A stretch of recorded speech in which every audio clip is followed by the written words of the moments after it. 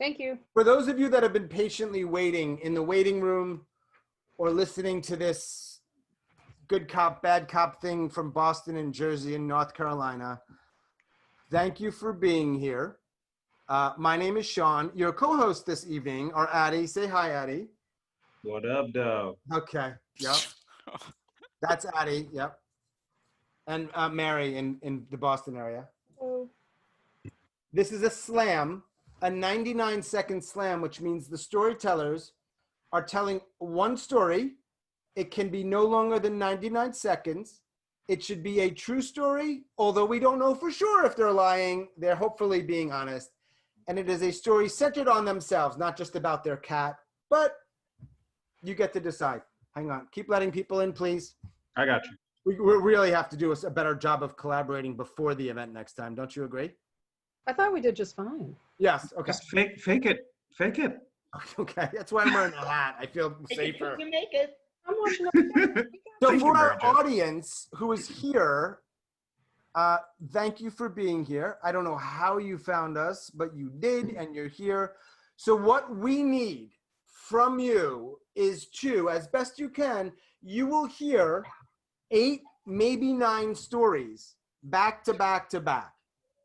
At the end of those stories, we'll do a quick summary, remind you of who they were and sort of a blurb or a key word.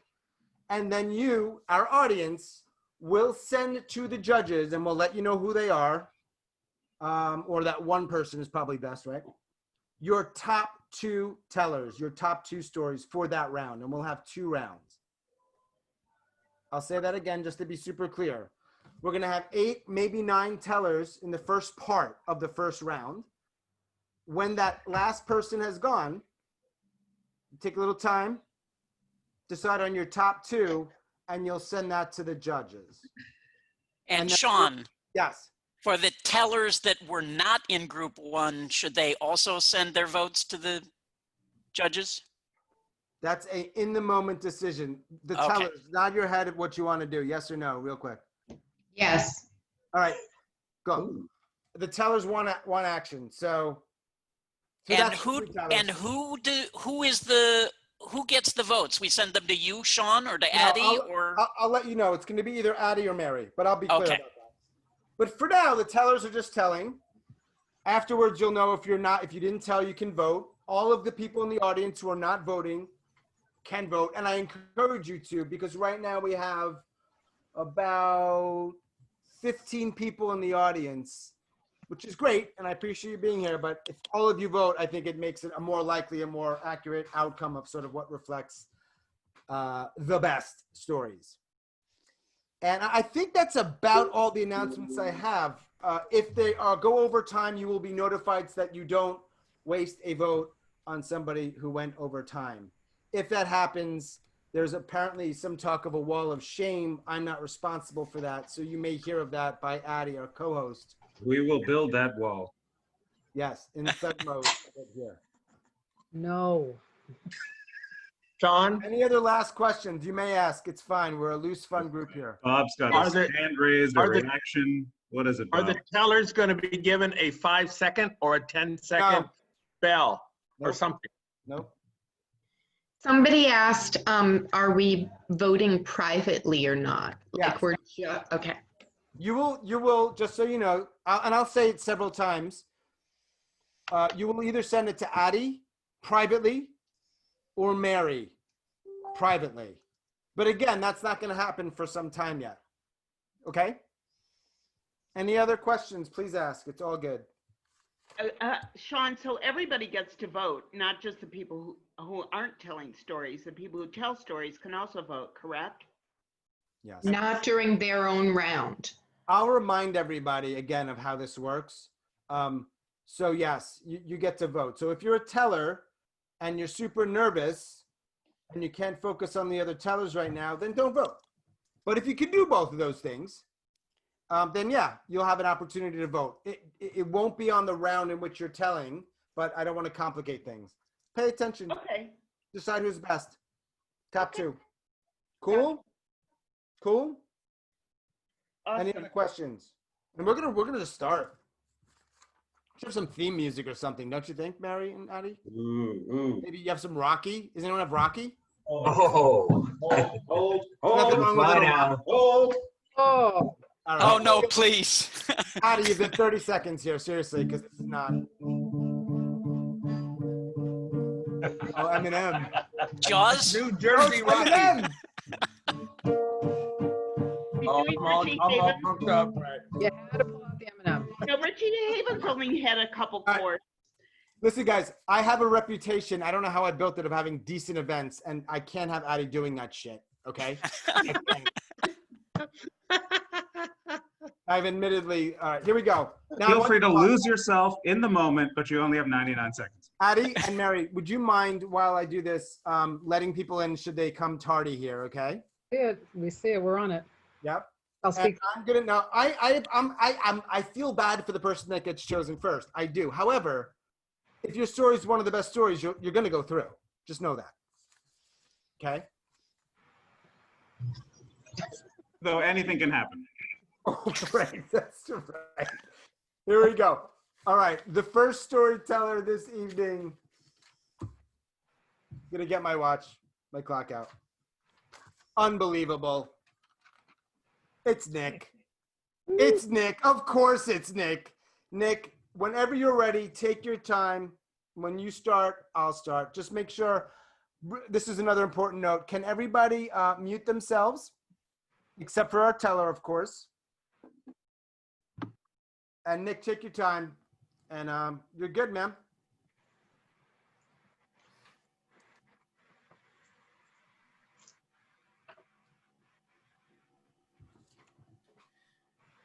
So I'm sitting on this metal folding chair.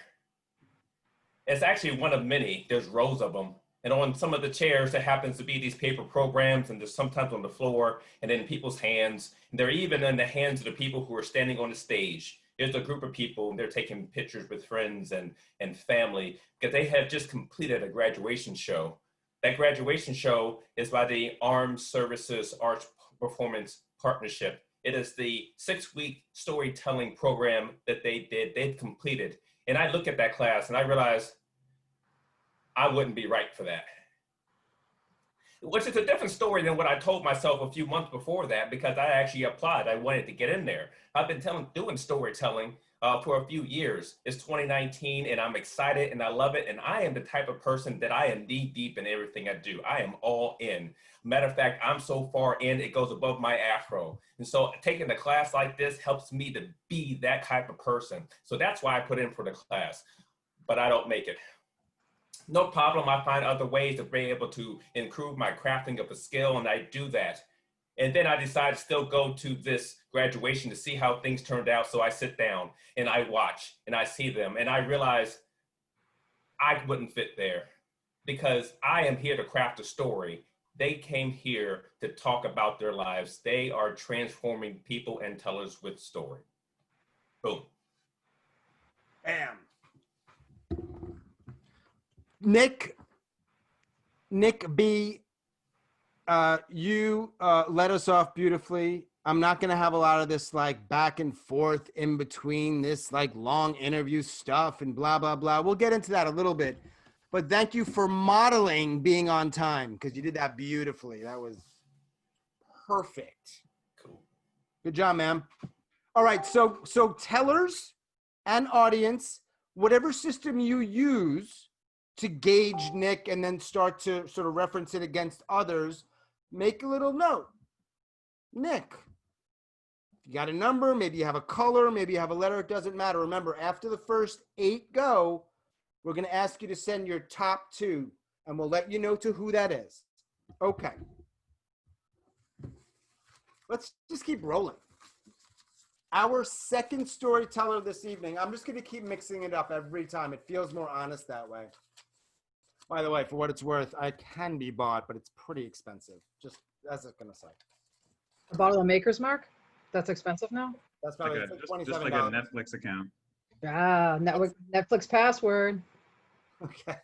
Our second storyteller this evening is Mr. May. First name Kory. Take your time. Unmute yourself. Break a freaking leg.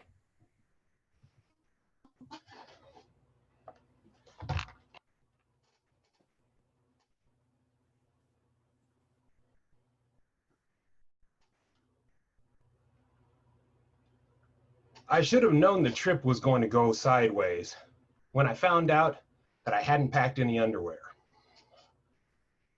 I head off to a department store, and here I am in Vancouver, British Columbia. How wild is this? Shopping for underwear in a foreign country. Now, I'm 6'4", I weigh 250 pounds. I'm a big boy, and I walk into the department store. I'm nicely dressed, and all of a sudden I see it. Security. I head up the escalator and pay attention. He's 2 steps behind me on the escalator. I go up to the 2nd floor. He's 3 steps behind me, trying to look inconspicuous. 3rd floor, he's right there. But wait, someone relieves him. They've been talking. And then we go up to the 4th floor and to the 5th floor, and I'm angry. And what do? As soon as I get off the escalator, I turn around and I say, "Can you help me find some underwear?" He's shocked. I didn't know so many people had an interest in my grooming habits and my underwear, but yet he helps me. And I should be thankful for all that attention and that customer service. But I realized that if I had simply just packed underwear, I wouldn't be in this situation at all. Boom. Thank you, sir. Good job. You do not need to say boom at the end of the story. It's something that's sort of organically developed from some events we've done. It does let us know you're done, but we'll also know that. Addie, do you agree? Mary, my partners here? We don't need boom. I don't self-boom, No, nor do I. but I can appreciate others who boom. So it's a Have you choice. seen these one makes. forearms? I self-boom all the time. Oh. I feel like you live boom, Kory. Okay. Is this what's going to happen every time I ask a question? Is this sort of a little back and forth? Is that part of it? That's I will boom today. Okay. There we go. what you hire us for. I mean, Okay. We should just take off the seconds from your story if you keep doing this. Like Bob just lost 3 seconds. You have 96 seconds, Dancer. I don't know when you're going. All right, here we go. We'll have time in between to chat, but you know what? Let's roll through these stories. First was Nick, great story. Second was Kory, great story. Rhymes. Perfect. Kory almost has to be a storyteller with a name like Kory. All right, our third storyteller this evening. Live from Arizona, it's Mary Jo Pollock. Take your time, Mary Jo. Unmute yourself. Break a leg. In storytelling, I thought it was break a tongue. That's fine too. You All just right. lost 5 seconds. I'm just kidding. Hi, Mom. Hi, Mom. No response. I lock eyes with her and move in a little closer. Hi, Mom. I get a blank stare. Hi, Betty Ann. Oh, now she smiles and nods. She recognizes her name. But she never responded to Mom after that. And she wouldn't let me hold her hand. And she rebuffed my kisses. And that tore my heart apart. Time passes and memory loss expands. How could she forget she was a mother and that I was her daughter, her only daughter, her oldest child? She completely lost her mom synapse. But I don't know what I am if she's no longer a mother. I never forget that I'm her daughter, and I hold her deeply in my heart synapse. Boom. Boom. Good job, Mary Jo.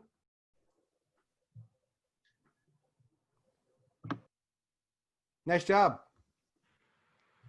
Well under 99, which I love the most. We're not rewarding people for being under, are we? No. I mean, they get to continue in They get to theory. continue. No. So far, yeah, nobody's over. We'll let you know. Addie's the bad cop. So I think Mary can go sort of good cop or bad cop. So it goes without saying that I'm the good one. But we'll let you know. Good job thus far. Let us go to our fourth storyteller.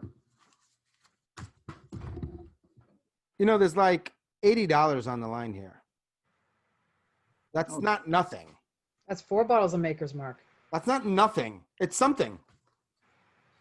I mean, we got to get this right.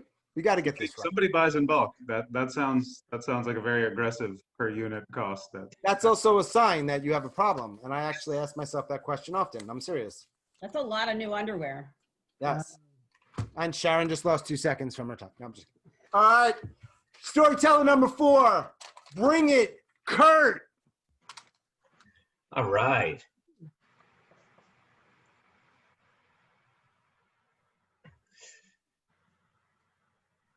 What I want is to be asleep, deeply, pleasurably asleep, like I was just a few moments ago before my roommate Adam came in to wake me up, which is ironic because he's the guy who sleeps in. This is the 90s. He owns this house. I'm a renter, but I'm also a friend, and I really want to be asleep right now. But Adam, what's changed about him is he is deeply, deeply in love.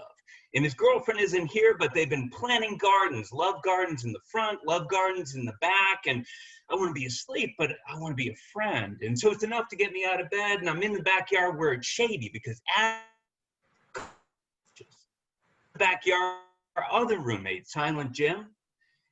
And we're watching Adam climb a ladder with a saw in his hand. And Silent Jim is super environmentally conscious, and this tree is alive. And Jim's like, "This is stupid." I'm like, "This is dumb." And Adam is sawing through this live branch, and he's almost got it. He comes off and he gets a rope and he ties it up. He's like, "Okay, guys, I need your help. This is where I need your help, guys. This is where I need your help." And we're looking at him, look, we're never helping you. You're an asshole for doing this. You shouldn't be doing this. He's like, "Come on, you need to help me now." And then he's getting mad and he yanks and he pulls the branch down and he goes down in a table position on the ground, and then he's flattened by the branch. And Jim and I are laughing so hard, and we know it's wrong, which makes it harder not to laugh so hard. And we go over to him and we look at him, and he's finally, "How are you?" And he gets up on his knees, and he's getting up like I had to get up just a few moments before from a deep and pleasurable sleep. Boom.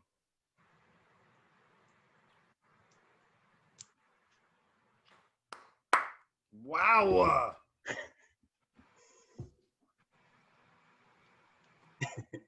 You remember that show Different Strokes? What you remember when that little guy was like, "What you talking about, Willis? What you talking about, Willis?" I'm like, holy energy ball.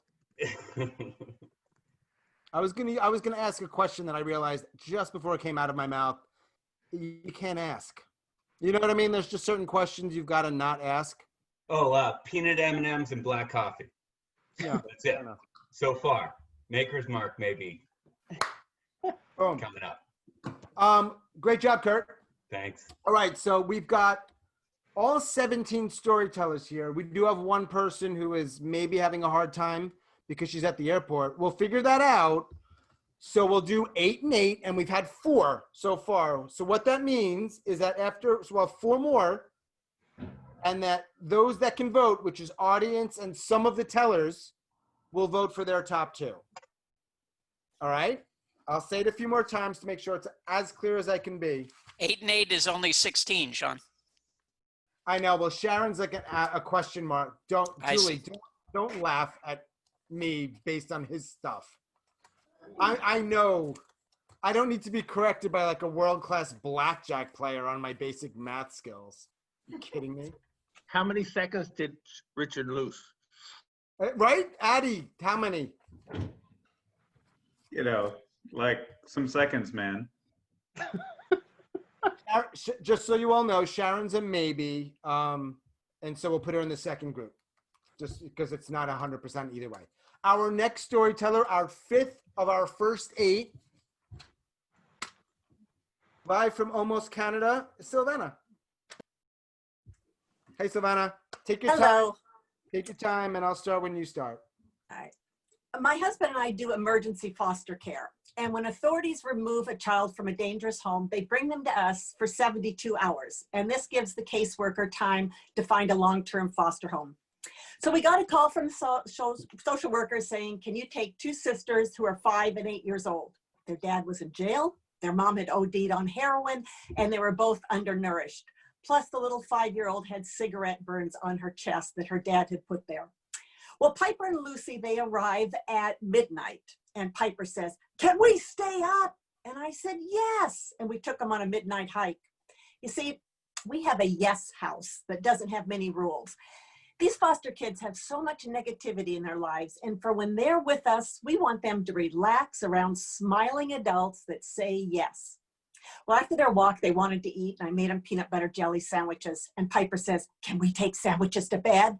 And I said, yes, and I wrapped up sandwiches, and they saw our costume closet, and they said, can we sleep in princess dresses? And I said, yes. The next morning, I had to tell them that a social worker was coming because they had a short interview with the police department about their abuse. And Piper says, I'm not talking to the damn police. And I told her, yes, because when you come back, we'll go trick-or-treating. Now, it's June 15th, but I've given all our neighbors candy, and they know to be prepared for our foster kids coming around trick-or-treating. And you know, it isn't easy being a yes house. I ache for these kids. But that's what I want them to do, is to know that they can be with some people who are funny and nice and always say yes. Thank you, Silvana. Silvana, when I say you're near Canada, but that's not actually accurate. Where are you? I'm 20 minutes from the border. Yeah, so that's fair, right? That's close. Yeah, 20 minutes. But to say that you're near Canada really isn't. It seems to be. Yeah. We're near British Columbia. Okay. Seems to be close enough to make her an incredibly nice human being. Okay. We're supposed to be up in Canada right now doing some work and can't get across the border. Yeah. Jeez. Addie and I, we won't let you know when we switch into our good cop, bad cop roles without letting you know. So like you just did that seamlessly. Great job, Silvana. Thank you. Yeah. All right, so that was storyteller number 5 of our first group. Now, if you have any questions, feel free to shoot them to me or Aditya or Mary D'Alba. There's more than one Mary, so any of us are fine. And tellers, remember, you have a choice to vote, but check out the comments because there's a lot of love coming your way. Our next storyteller, let me to remember to unspotlight. I apologize if I screwed this up for anybody in your viewing pleasure. Our next storyteller live from either Henderson or Las Vegas, Bob Dancer. Bob, where are you? Unmute yourself. Let me spotlight you. Where are you? Take your time. Hang on. Unmute.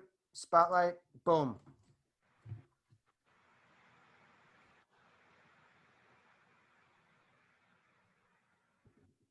Camera work. Yep.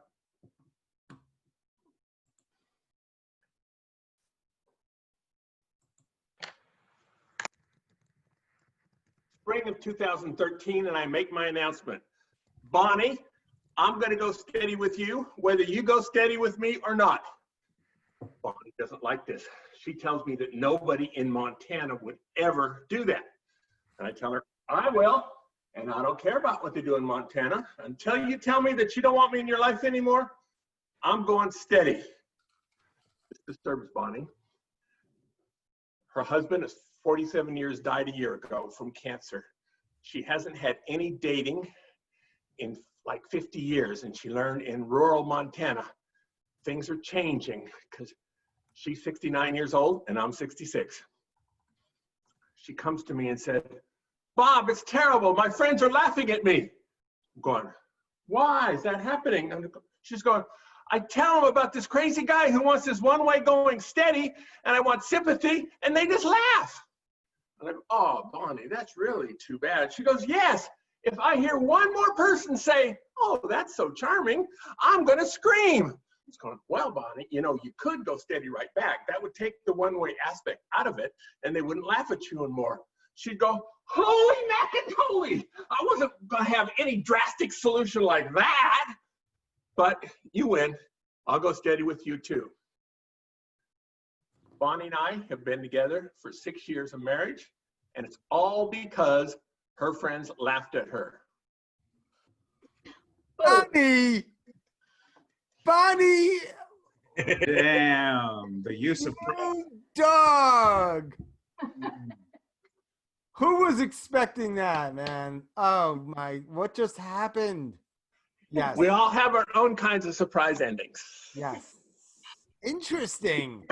There's nothing in the rule book that says you can't do that. We're just putting limits on ourselves, really. By all means, but I'm really not a judge here. I'm a tie-breaking vote. So will that help you get through? I don't know.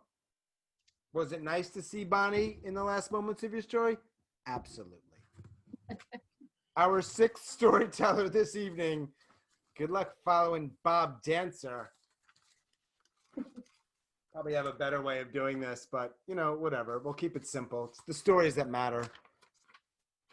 What do you know? Neighbor Richard Munchkin. Take your time, Richard. Take your time. Richard Munchkin. Okay. Okay. That was a professional game. Somebody needs to mute. Yes, I'm everybody but the teller should be muted. Right. Hang on, Richard. Hang on. Mute yourselves, please.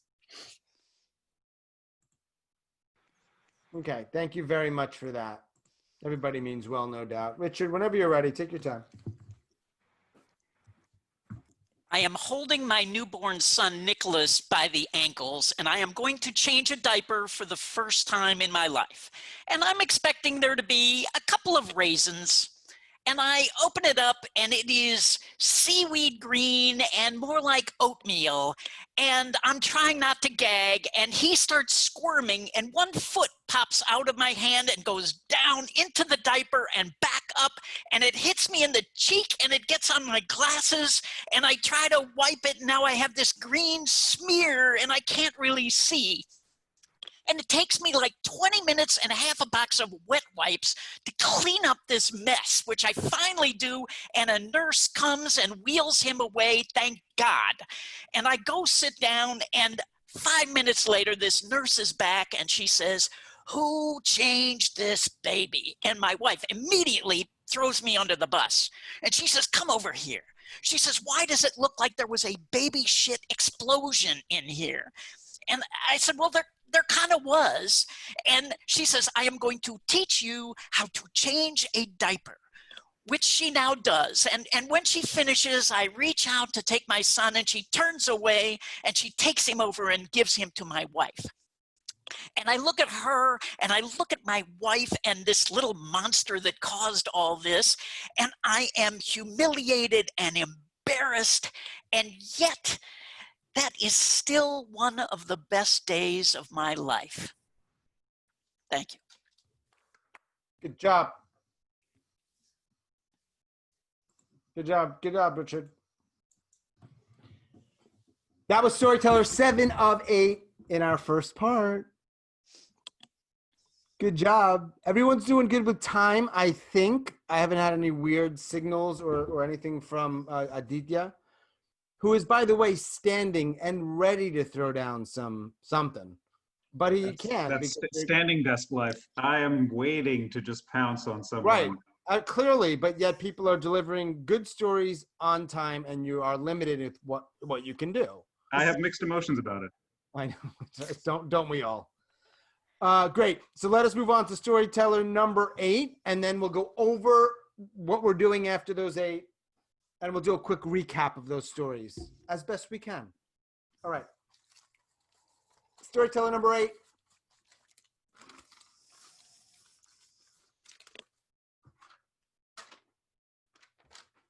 Ms. Melissa Reaves.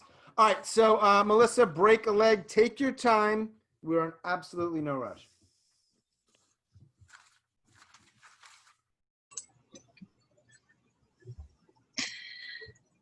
I'm rinsing my hair and standing in his shower when I look down and I notice something.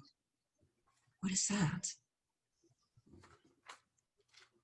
It's long, it's black, it's dark. Oh no, oh my God. I get out of the shower, I throw on my robe, I lay the long black hair down on the white porcelain sink. Oh God, no, come on. Maybe I just missed a spot, come on. Oh, come on, come on, come on, come on, come on, come on, come on. Oh no. Okay.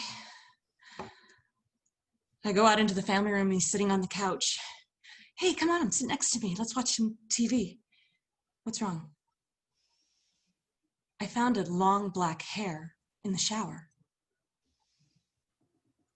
Oh, you have something to tell me? Oh, honey, I had someone over. Okay. You know we're in an open, non-monogamous relationship, right? Yeah, that means open means we know about things. And he's like, everything? I'm like, yes, everything. He's like, oh, my bad? I'm like, yeah.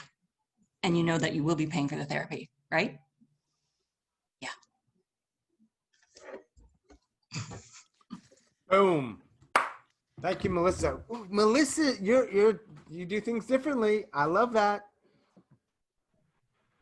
And somehow there wasn't a murder. There wasn't a murder. It was just a little part of the story. No, I'm just kidding. Oh, of course, of course. That was a hair-raising tale. Let me cancel the spotlight. Undoubtedly, the challenge for most of these is, what to include in these stories. All the stuff you're not going to get to hear about the story. The story might have been a 5 or 10 or a longer story. And you're just hearing this little thing. So all the tellers need to make these choices. It is a good years of therapy, whatever. Right. But it is an interesting challenge to try to figure out, okay, what absolutely has to be in here versus what doesn't. And then how do I go about telling that so it works? So we had 8 tellers. Can we quickly, so all of our audience in a moment, we are going to have you send your scores. Now this is super important here. We're going to have you send it to Mary, but there's more than one Mary.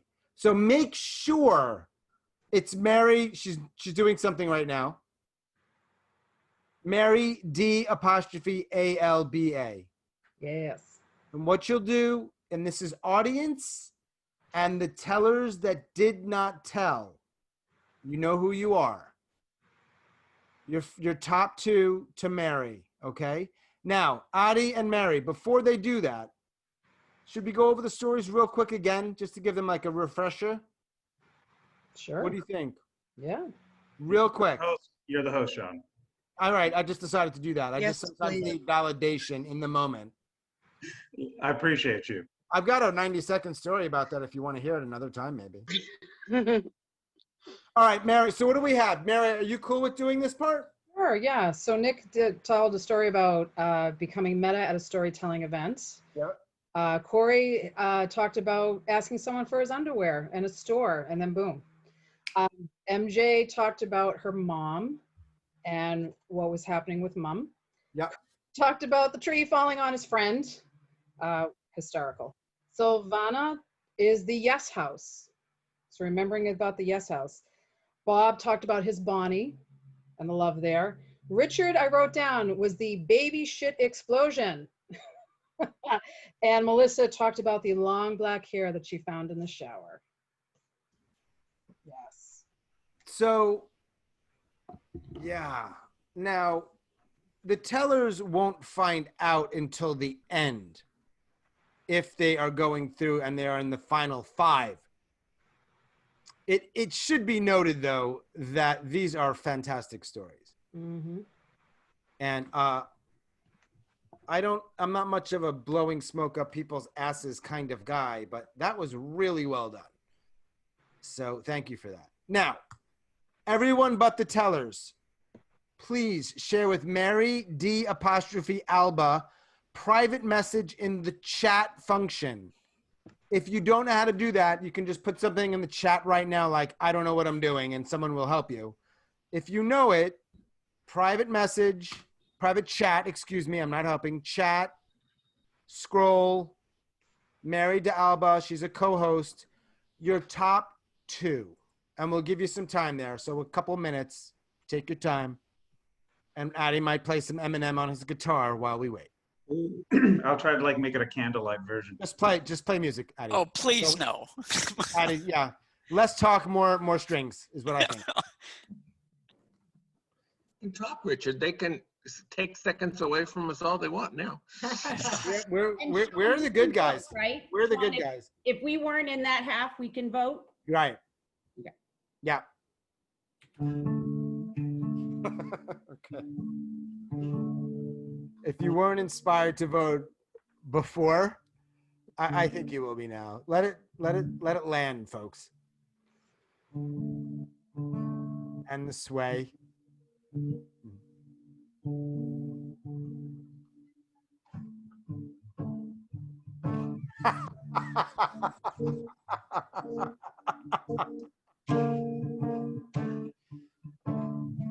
Trying to torture you? And this event for the audience is free. Are you kidding me? You have to pay them. Yeah. I don't want anyone to rush. So again, if you were not a teller, send your top 2 to Mary. Okay. Mary, if you get more than 2 from anyone, I just ignore it. They gotta file. Judging me right now. What? Melissa is judging me right now. She's like, she came in and said, "What are you doing?" And just to reiterate, so at the end, after the next part, we'll have 4 people that that you voted through, and then the judges, which is really Mary and Addy, by the way, and I'm serving as a tiebreaker. We'll get sort of a wild card 5th one they're gonna put through. No favorites. No money has been exchanged here. No one gave me Maker's Mark. This shit's mine. I bought it. You can keep your Maker's Mark. I know, it's not the greatest stuff. We have, it says 35 participants minus our tellers. So Mary, when you have 20 or so, and I know that's a lot rolling in right now, let me know and we'll move on.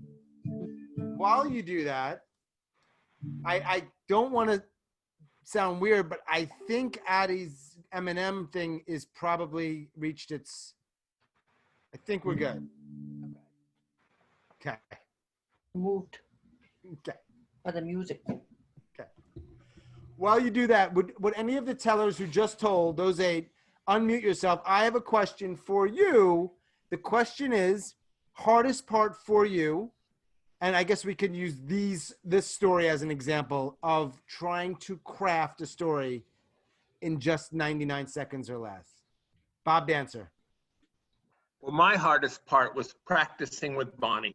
She had to come in for 5 seconds, and then she had to say boom at the right time. So it was boo. She would come in early. Right. She had this is her debut, one of her rare national appearances. This is so exciting, but she knows that if I win, she gets all the money. So that's all it took to get her. So she's practiced, and it was worth it. Thank you. It's so hard to get people. It's the cues, isn't it? And Bob, I think we can all agree it's not just about this event. It's life cues, isn't it? Does that make sense? I don't understand. You're Okay. giving cues to Bonnie?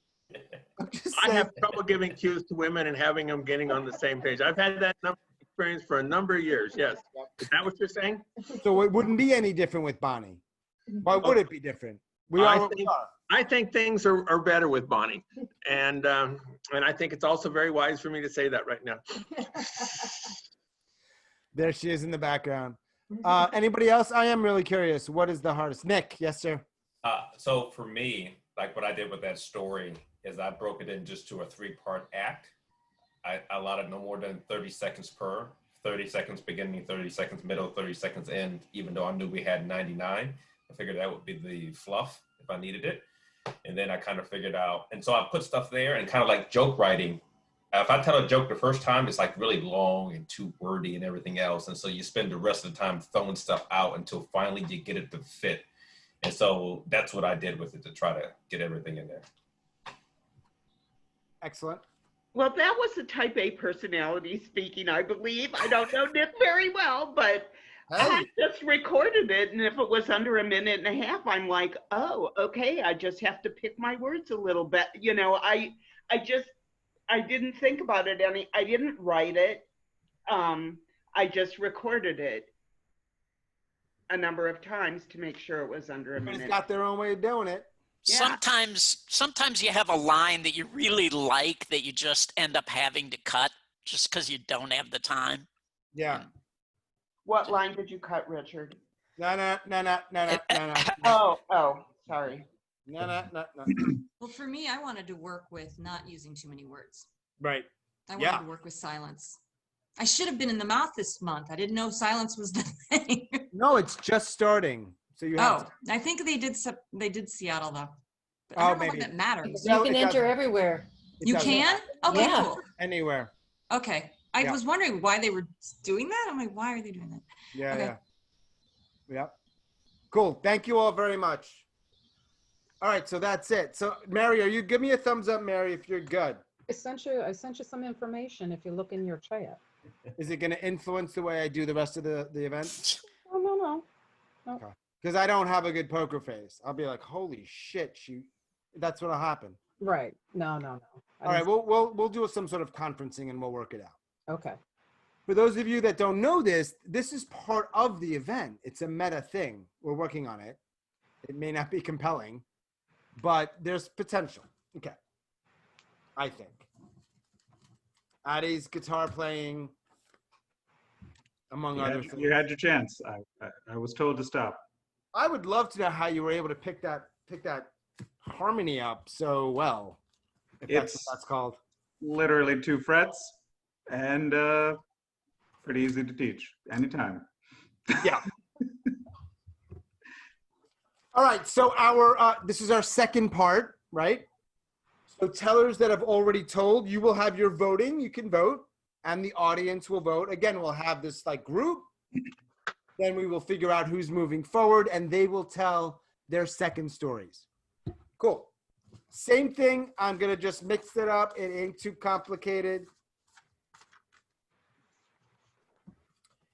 And here we go. For some reason, I feel like when you see it, it adds to the validity. I don't know if that's true. You can let me know. Yes? Okay. I guess it's our 9th teller, first one from this part, live from the DC area. Like our first teller in the first part is Sharon Price Singer. You shall unmute yourself. I shall spotlight you. Take your time. Right.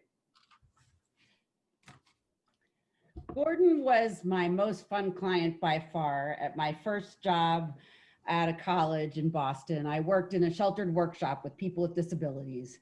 And Gordon was blind, developmentally delayed, and somewhat hard of hearing, but a very charming guy who was always fun to be around.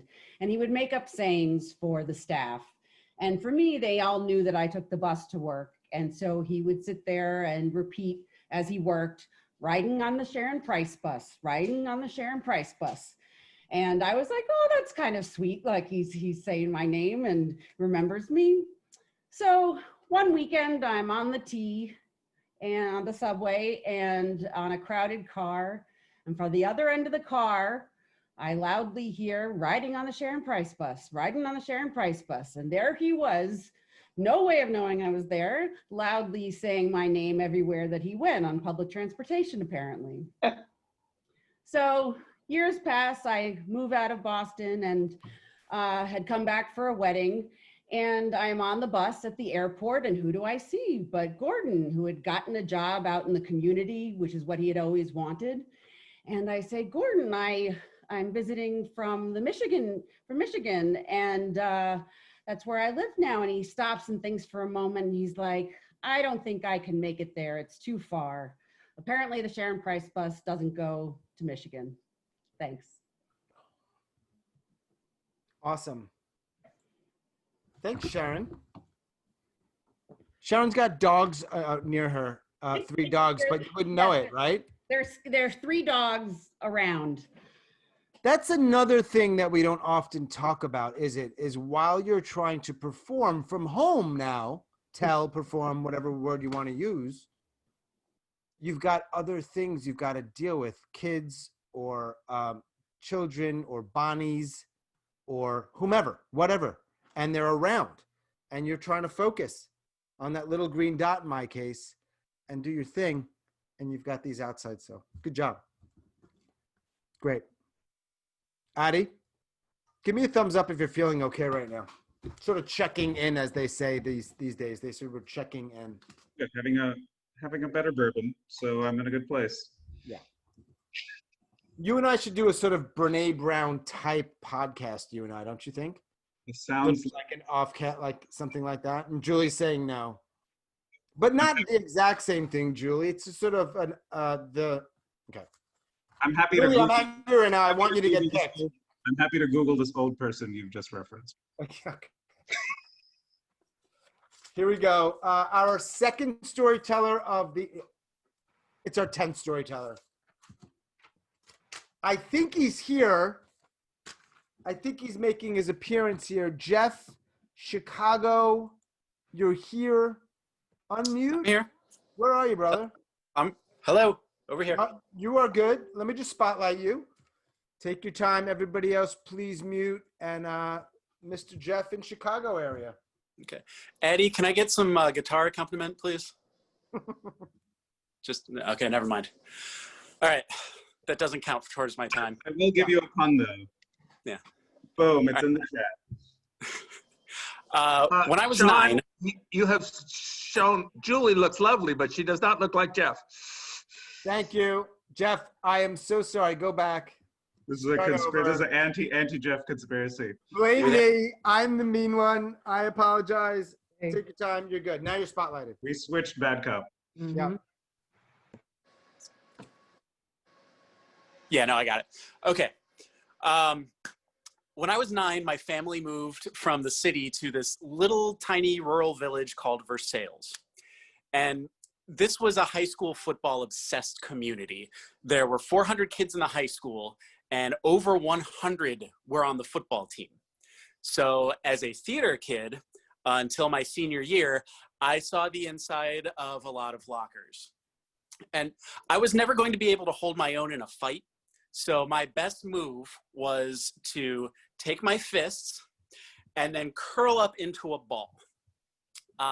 As another defense mechanism, I developed what a lot of you watching this know to be a douchey sense of humor. And the closest thing we had to a counterculture in Versailles was the marching band and cross country. So I made friends with all the cross country kids, but I never actually ran, so I was in the marching band. And the last chance that I had to join a sport was the final semester of my senior year, and I ran the 800 meters. But at one meet, I was getting ready for my race when I got into an argument with a couple of kids from another school. I was using that wit a little too much. And they backed me up against a fence, and one kid poked me in the chest. And before I knew it, suddenly there were just a bunch of throwers and runners in Versailles jerseys, guys from the football team who had made fun of me for years. And the other kids backed off.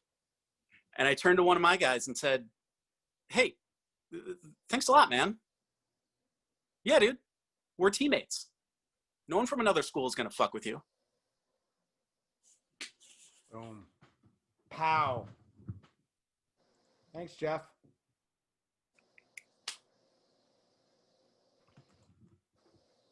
Jeff, are you on Yes. your phone? Because whatever it is, it's much better.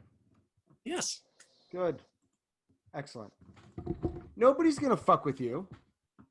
Yeah, man. I got Dustin Shadone on my side, man. I always say if you can end the story with an appropriately placed swear word, you should. Now, that might be juvenile or immature for some. They might feel That's that my way. philosophy in life. Yeah. End it with a swear word. Ideally, if it works. I like to think that somewhere on the internet, there's a bunch of storytelling varsity team bullies who just like stuff a bunch of rookie storytellers in lockers and just bring Jeff back to his PTSD moments. Wow. I mean, there is now, things have changed. Yeah.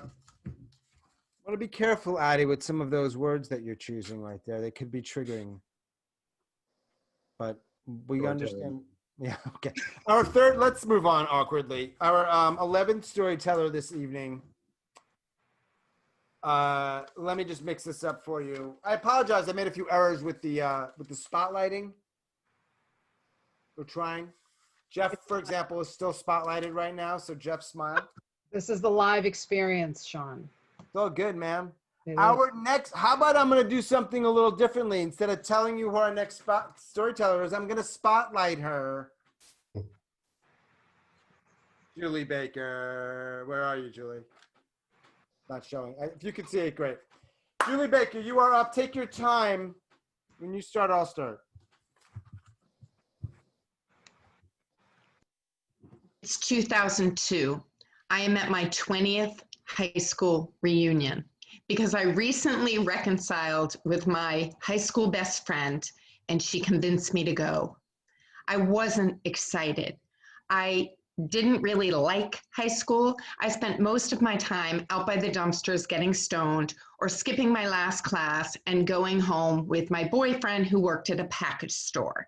That was a very big attraction. I loved Vinny Diana in high school. He was a jock, but he also hung out with the stoners, and he was way out of my league. I go to the reunion. People are nice. It's fun. Vinny Diana's there. He looks fabulous, like possibly even hotter than in high school. After the party, everyone gets together in a hotel room, and somebody says, "Who did you have a secret crush on in high school?" And I thought, what difference does it make? I have a husband, I have a child. I said, Vinny Diana. And all the women agreed. The next day I go home to my child and my husband, and my best friend calls me up and says, you are not going to believe this. We went out to breakfast and someone asked the same question and Vinny Diana said, you. When I stopped screaming and stopped blushing and laughing, I realized that my head does not always tell me the truth. Boom. Boom. Julie Baker. Julie Baker, how do I get back to so I can see both of us instead of just seeing you? I don't know. Okay. I see me now. I see Addie. Addie, don't make that smug face, please. I'm trying. I've learned a lot, and it's not about me or you. Great job. But not enough, it seems. Never, really. This is the entrepreneur's journey, isn't that? Right? Because that's what I am, clearly. That's with true. Fail fast. Fail Julie, fast. great job. Great job. Julie Baker, I have a story for you about kayaking I experienced in the last 24-ish hours, and we have a really different experience about that activity. Just saying. But not now. Perhaps another time. You can unmute yourself if you want to say something. It's fine. I don't want to be like authoritarian here. Just letting you know it's an overrated activity, I think. Like very. To each his own. All right. Our 12th storyteller this evening. You guys are crushing it, by the way. These are hard stories. 99 seconds or less. Man. So, by all means, let the storytellers know if you're in the audience. Yes, you're voting, but, you know, a little love. You know, a little love in the comments. If you know how to use the emojis, you know what? They speak very loudly sometimes. The right emoji in the right place. A couple little hearts with a little swoosh thing around it. Powerful. Could be very powerful. Our 12th storyteller this evening, undoubtedly a badass, because everybody's a badass, in the Chicagoland area. A former finalist, I believe. I shouldn't say that. Jay, unmute yourself. I'll spotlight you. And you are up, bro. Where's Jay? Jay, take your time. Hang on. Let me find you, man. I want to spotlight you, center stage. You're good. Nice.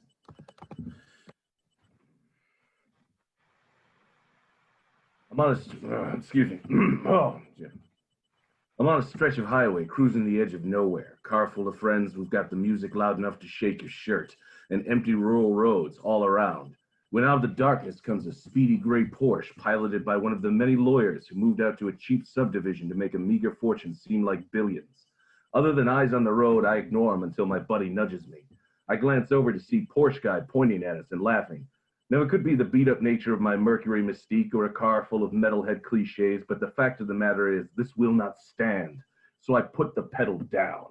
Granted, a Mystique isn't quicker than a Porsche, however, speeding ahead is a proven fuck you to any car guy, especially those with pretty women in the passenger seat.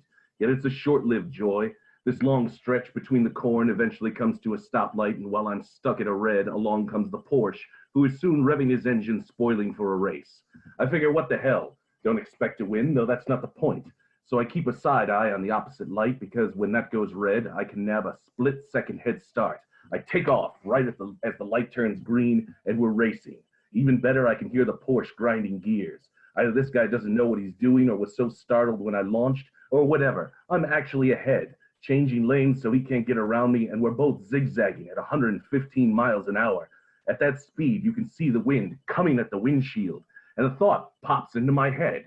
A very clear image of the many ways this could go wrong, resulting in any or all of us getting blotted off the road with handy wipes. Well, the road ahead soon reduced to one lane, and rocketing into that narrow passage, I won. I beat him.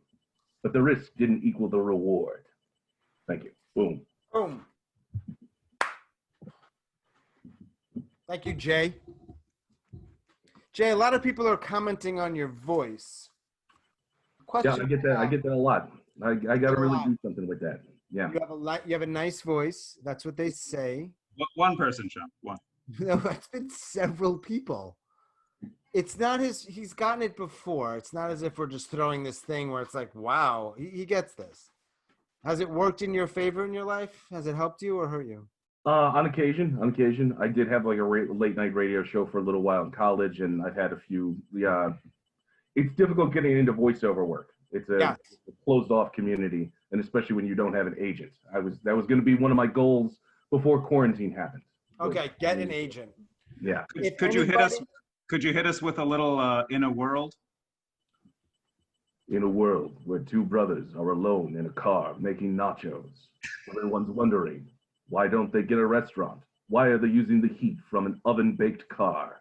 That's what happens in a world where global warming is out of control, and you can save money on appliances. What's happening? Your car is an oven. Just wanted the three words, but I appreciate the extra credit, Jay. You know what? When there's an opportunity in life, you take it, right? Not everybody gets that spotlight as much as Jay just took it, but he took it because it was available to him, and that's how it goes. So, yeah. But for those of you that want to chat, I'm happy to chat. You don't have to be a voiceover artist or whatever to, Just have to have a dream and a hope, and your fingers crossed, and maybe some votes. If that is working for you, Addy, excuse me, or anyone else, that's wonderful. Really. All right. We have had our 4 of 5 tellers in the second part. It's going well, I think. Great stories. Some really good voices. Arguably, some voices are better than others. But, I mean... Arguably. Well, I'm just saying some of the stories, all the stories are great, the voices are great, but there are different levels, right? Subjectively, should I say so? Look, some of the people's backgrounds are nice and some aren't. There's just differences with what we're seeing here. You know, you look at Nick, for example, right now in that pose he always has. Nick Baskerville, who's giving us the finger, or no? Is it? No. So, you know, that's one thing. You look at Sharon, Sharon's got books. That's nice. Silvana's got a door behind her. It's nice. So it's just worth noting. Could that influence the judges or the audience? I doubt it, but who the hell knows, really? 4 legs good, 2 legs bad, you know? I'm going to get through these storytellers. I'm regressing or devolving. Here we go. Our 5th storyteller of this second part. Live from the Chicagoland area as well, Ms. Maria Morris. Take your timer. Okay. I'm standing outside the opaque sliding doors at the international arrivals at O'Hare Airport waiting for my dad. He was landing after being in Buenos Aires, Argentina for 18 months. Before he left, he said the reason he was going there was to immerse himself in a specific Spanish dialect. He was a linguist. I found out the real reason he went there after he'd been gone some time. So the doors open, out he comes, he spots me immediately, and he's got a big grin on his face. And then the smile turns to terror, and he says, "She's here, run." She was my dad's stalker, Melanie. While he was gone, she'd been harassing my mom and telling her that my dad was planning on divorcing her and that she, Melanie, and my dad were going to get married. She actually put in a change of address from my mail, rerouting it to her house to find out his return flight from Argentina. He went there to try to shake her. We debate whether or not to go to my apartment. Clearly she has my address, but we're meeting my mom there, so we had to go. I put the key in my apartment door and the exterior glass behind me in the vestibule shatters. Melanie's coming in through the broken door, shards of glass cutting her arms and her forehead. She says, "Sean, when were you gonna tell me you're coming back?" Her blood's flying everywhere. He's pushing her off with his left arm. I get a chop in. He's like, "Oh yeah." She takes a huge chunk of flesh out of his inner right arm. Melanie was arrested and taken to the hospital. My dad went to the hospital. Separate ambulances. I never got the rest of the story. My dad wouldn't talk about it after that, and my mom didn't divorce him. She was tempted. We never mentioned it again until she showed up 12 years later. Boom. Boom. How? And I made another spotlighting error, but it was such a good story, it didn't matter. See what I just did there? Thanks, Sean.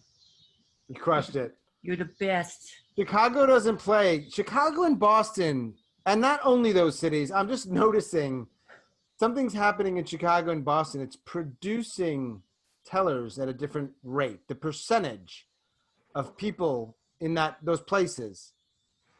It's If I may use my Chicago accent, this is the hotbed of storytelling right now. Big, right? Turns It's out big. it always has been. Yeah. Yeah. Always been.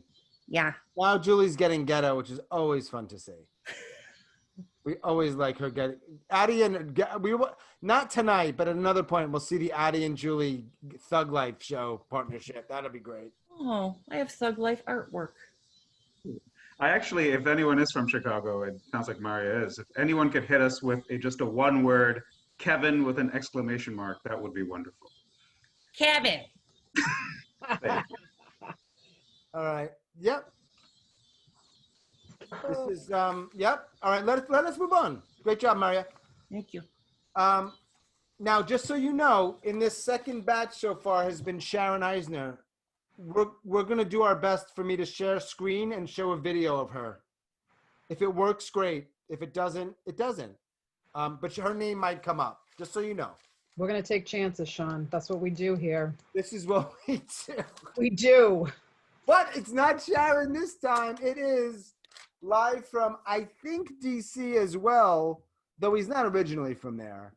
Mr. Cowell, let me find you. I'm going to spotlight you and take your time. All right, man.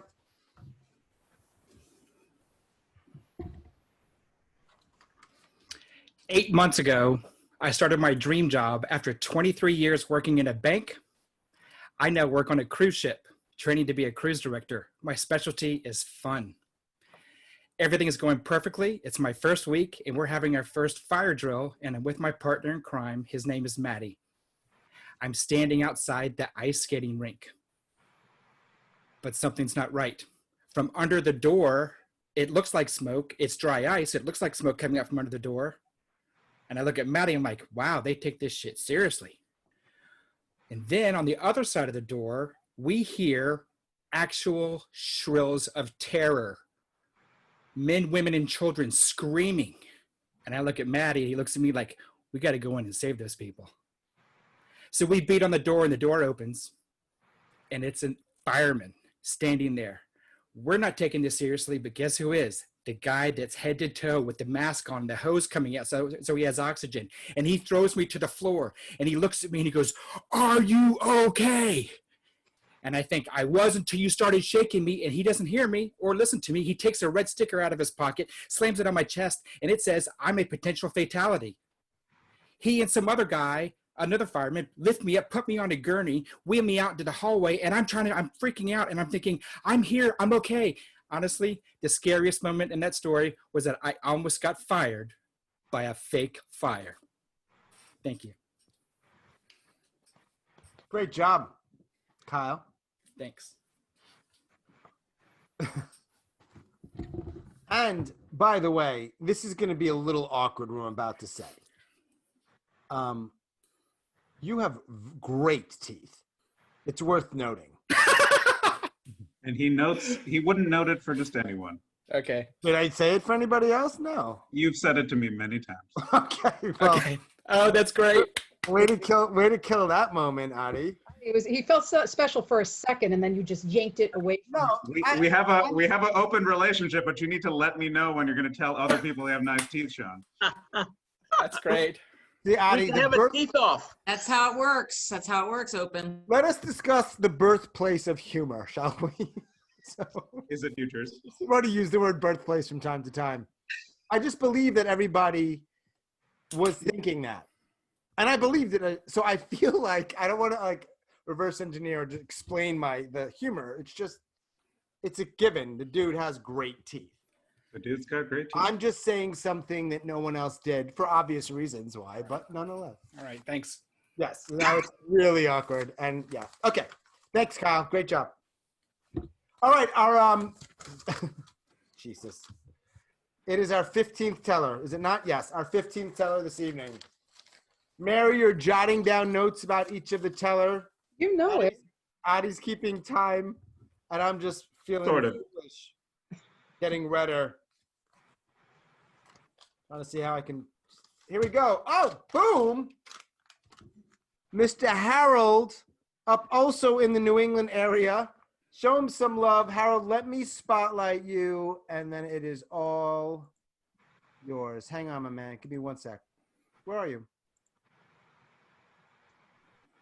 Harold, there you are. Great. All right. When I'm ready, when you are, sir. I feel really good about myself whenever I give small amount of money to homeless people who are panhandling at the convenience store.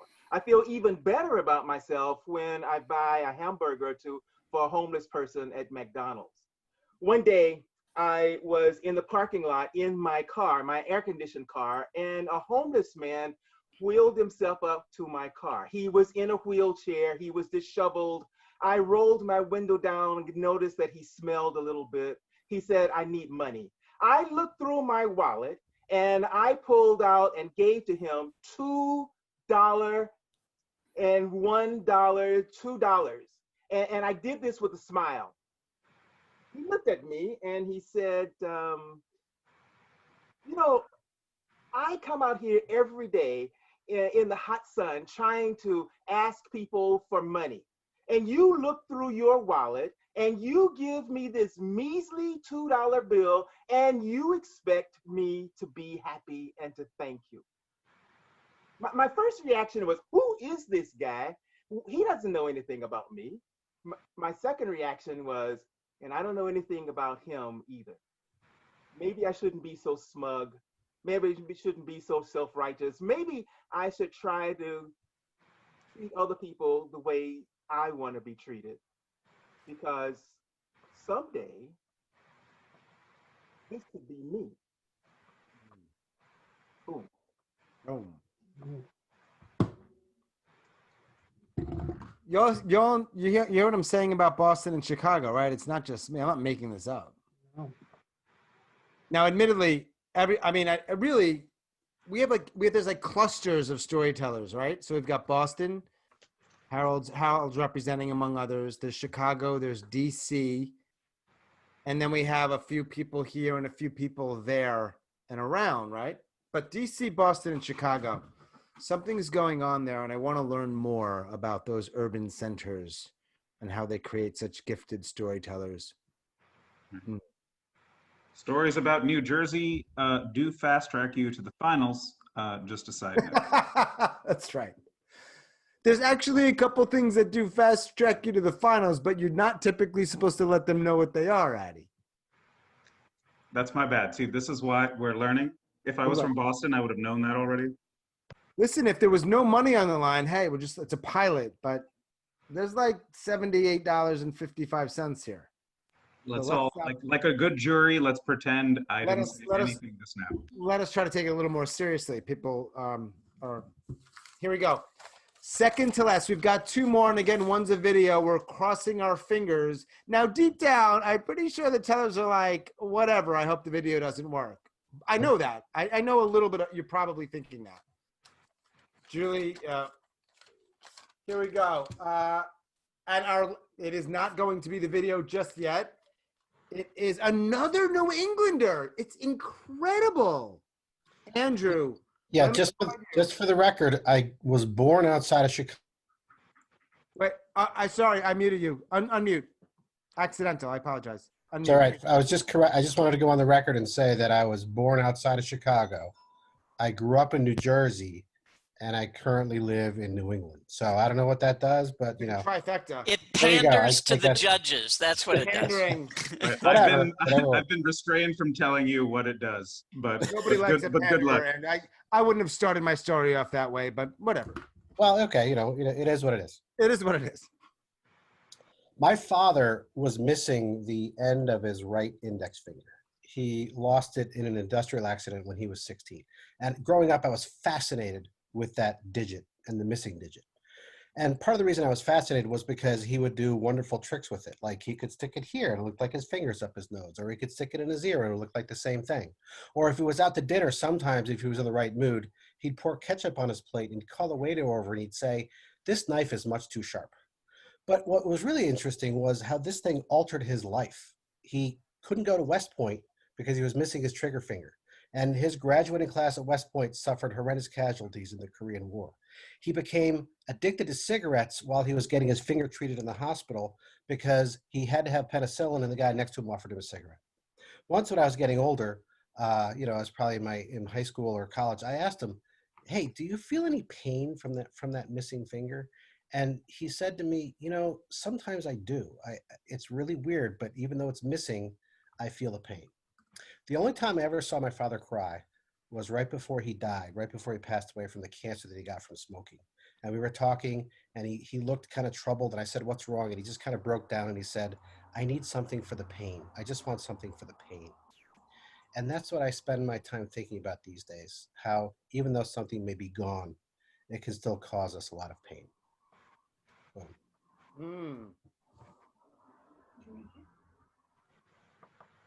Thank you, sir. People are asking you questions. They're not asking you. They're putting it in the chat to everyone, but they might be directed at you, just so you know that. Thank you. Andrew, you're often accompanied by your partner. Is she not with you this evening supporting you? Yep, there she is. Okay.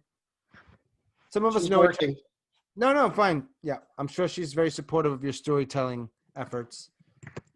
And if she were here, and she could be here voting, undoubtedly she would vote for you, and that's okay. You're allowed to support your loved ones. Well, she might, but she's a very tough judge. Don't forget that. She's tough but fair.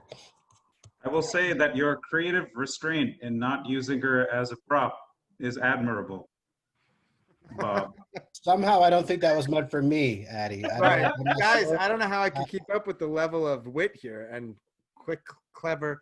Great job, dude. Really great job, everybody. Now, what I'm going to attempt to do out of respect to Sharon, who's a part of this community. Some of us are sort of involved in this a little more than others, but she had a family emergency. She sent me her videos. She made it very clear what her round one is and should she move on round two. So I'm going to play that video, and everybody other than this round's tellers will get to vote. So again, after Sharon's video, you will send to Mary DeAlba, like you did the other time, your top two. We'll take a few-minute break, and then we will announce the 5 that are going forward. Right, Addy?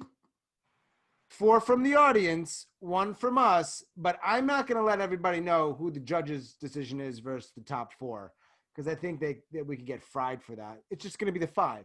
Fair. Fair. Yes. I shouldn't have probably said that out loud. Okay, it's fine. All right, you ready? I'm going to do it to share my screen here. It's a little tech clunky. I apologize. Bear with me. And I'm going to try to play Sharon's round one video. You know about that computer audio thing, right? It says like share computer audio as well when you share screen. Does that sound familiar? Yeah. Let us see. Let us see. Oh, you gotta be fucking kidding me. Give me about 30 seconds or 10 seconds. I've got you on timer. Now, unfortunately, it's asking me to restart my video. I need to restart my computer in order to do that. And I don't want to do that right now. Just so you know, we do see like a little bit of your screen. Oh, you do? It's weird though. It's the tabs right now. Do you not see this? There it is. There it is. The issue is volume. Let me know if you could hear it. So right now the Facebook audio is, yep, there you go. Can you hear that? No. So let me try again. I'll start from the beginning. This is an audio check. In my middle school, I was drinking and doing drugs and having sex basically all the time. Nothing? No, we can hear it. So Sean, It's low. Did you click on that share computer sound when you hit share screen? You did. I did, but it asked me to restart my computer. So very, very muted. But what if you do the volume on that video? See over there, can you turn it up? All the way up. You can see my screen right now, right? Yes. Yeah. All the way up. Can you make it bigger? Yes, to the left of the volume is a 4 square thing. Click that. Hang on. The issue right now is, thank you for your patience, everyone. Let us just see if you have the possibility to hear this well enough to make a decision. I'll try one more time. Here we go. So my mom was horrified that I was basically the wildest kid in my middle school. I was drinking and doing drugs and having sex basically all the time. The truth is, I was exceedingly square, and my mom was delusional. So I'd come home from chess club, and she'd say, "I just look funny. Are you high?" Or she would search in my cello case for contraband. But the wildest incident of my middle school career, we never ever spoke of. I used to stop by the drugstore on my way home and look at the comic books and get a chocolate bar. And one day I walk in and I wave to Mr. Hartley, the pharmacist owner, and he's bizarrely excited to see me. And he comes out from behind the counter and he says, "Sharon, your mother was here yesterday." And I'm thinking, uh-oh, this isn't good. And he says, "Yeah, she found something in your dresser. She was very worried." And I'm thinking, oh my God, what happened? What did she find? He says, "Yes." She said, "Mr. Hartley, tell me the truth. Is it a heroin pill?" And she handed me a small white pill, and I looked at the pill and I examined it and I sniffed it and I said, "No, Mrs. Eisner, this is not a heroin pill. Mrs. Eisner, this is a Tic Tac." Boom. Boom. Let me try to get back to all of you. I can't, my screen is wacky. I know this is terrible. Anybody on the Facebook Live right now is like, dude, let me unshare this. Hang on. Are we back? The challenge when you go live like that, or when you share your screen, is you got to be able to unshare your screen. There's a way to say stop sharing. I have heard that a lot in my life. Oh, great. Who did that? Somebody's taking over. Thank you. One of my co-hosts just did that. Thanks, Addy. Thought we were getting Zoom bombed for a second, but it was just you. There are worse ways to get Zoom bombed. There's nothing better than when a co-host unexpectedly bails you out of some troubles, right? The best ship is friendship. Okay. What I was expecting you is to handle certain roles, and you always manage somehow to exceed. All right, here we go. So those were 9 people. Admittedly, Sharon's was tricky there, but nonetheless, you're going to send your top 2 to Mary D'Alba. Before you do that, Mary, you just give us a quick summary or blurb of those last 9 stories. So Sharon S., our darling Sharon, has Gordon riding the Sharon Price bus. The bus. Yes. Jeff was his high school experience in Versailles. Good pronunciation. Yep. Julie, her high school crush liked her back. She found out at a high school reunion. Obviously. Yeah. Jay had a car full of metalheads, cliches, and going for a race. Yeah, he did. Yeah, he And did. won it. I'm gonna massacre her name. Maria. Is that right? Maria. She will correct you too. Yes, I know. Of Winterfell. 2 words. Dad stalker. Yep. 2 words. Yep. Fair, fair. Further along with that. Kyle almost got fired by a fake fire. It's a cruise director. Harold learned a $2 lesson from a homeless man he encountered. Andrew, his father, and even, thinking about missing someone after they're gone, and his trigger finger missing. And Sharon Eisner talked about her mom going to the pharmacist and finding a Tic Tac, not a heroin pill, in the drawer. Somebody's doing something where it sounds like a heart defibrillator. I'm concerned. What's going on? You might want to mute yourselves just because that sounds personal. Yeah, Richard, are you still with us? Don't go towards the light, Richard. Yeah, I'm here. I'm here. So there's a couple questions. Again, those of us in this round do not vote, correct? If you told a story, if Mary just said your name and you just told a story, please don't vote. Those of you who are in the first 8, please do vote, in addition to our audience who continues to vote. Send your top 2 picks, 2 names to Mary de Alba. We'll give you a few minutes, and it's now 8:29, my clock. We're going to go all the way to 8:35. You have time to enter names, take a breath, get a drink, maybe a quick walk of your dog, very quick. Other things. We'll come back and announce the top 5 that are going to go on and share their second story, and then the winner will take home the cash prize. So a wise person once asked about 45 seconds ago, just to clarify, those of us in this round do not vote, right? Because you are the storytellers. We will assume you're all voting for yourselves. It cancels you out. I'm not trying to invalidate you. I'm just simply saying you're going to don't count. You don't count. But we're not trying to invalidate you. Take your time. We got a good solid 5 minutes. Send those names in, and we will do our tallying. We'll have a little time to chat. It is worth noting, I think myself and the 2 other judges have love for all of you. Mm-hmm. Regardless of whose names are said, kudos to you. You'll get your second round, but is everybody a winner? No. Let's not go so far as to say that everybody's a winner. That's just stupid. But I think that we can respect them. Yeah, like we love you all, but we're not in love with you all. Not imbeciles. I'm just saying, it's like, yeah.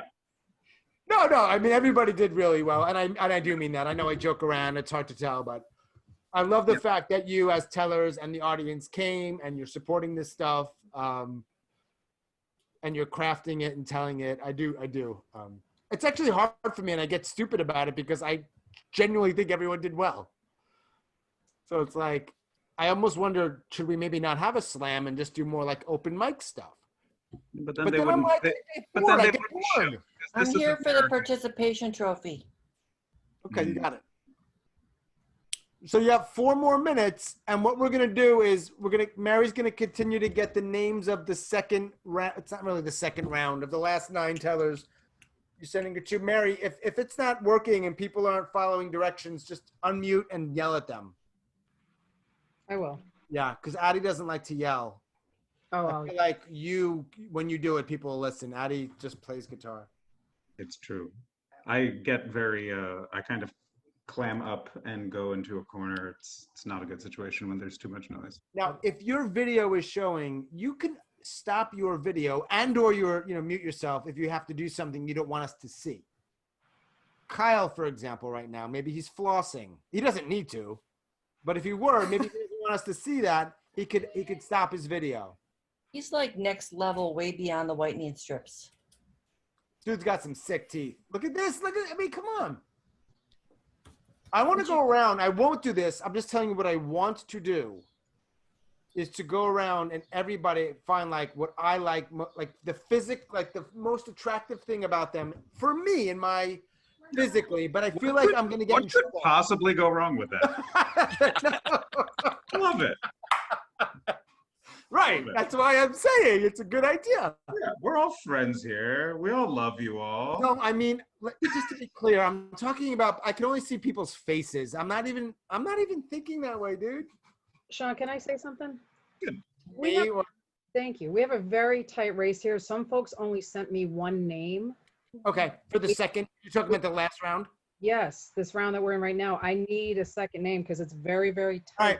So I think you just heard Mary. So please send 2 names of those last 9. Let me say them real quick again. Sharon S, Jeff, Julie, Jay, Maria, Kyle, Harold, Andrew, Sharon. We got like a Hall of fucking Fame. Like that's an industry term. I shouldn't curse so much. It's just I'm excited that the quality is so. I mean, it's just the people and their faces are attractive. And I just wanted to say one thing about it, but you said no.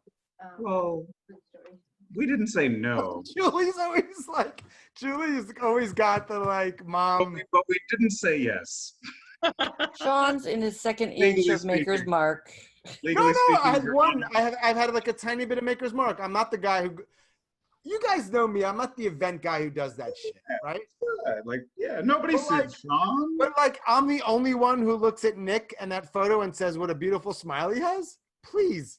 Also, is that like a single tear when Nick puts his finger like there? Is it like is it showing get you in more trouble than not what I said? The sensitive side of Nick, or like what's going on there? It's me contemplating some of my life's choices. Trust me, they make me laugh all the time. Yeah, Julie, He's a thinker. The irony of what I just said, I'm responding to Julie, and there's irony in that Julie's pointing out. I don't think I share everything I think. That's the thing. I don't share much of it. That's the whole point. There's a lot. Guys, please send your votes, maximum 2, but please do put 2. If it were me, I would truly be able to, I would send like 9 names for the second part. Like, so you can certainly do 2. Do 2, please. Do 2. Now, we're going to do something that doesn't make for great TV here, but Mary, Adi, and me, can we get on a quick messenger thread and decide we have a vote in this too? Okay? Yeah. Because that's the only way.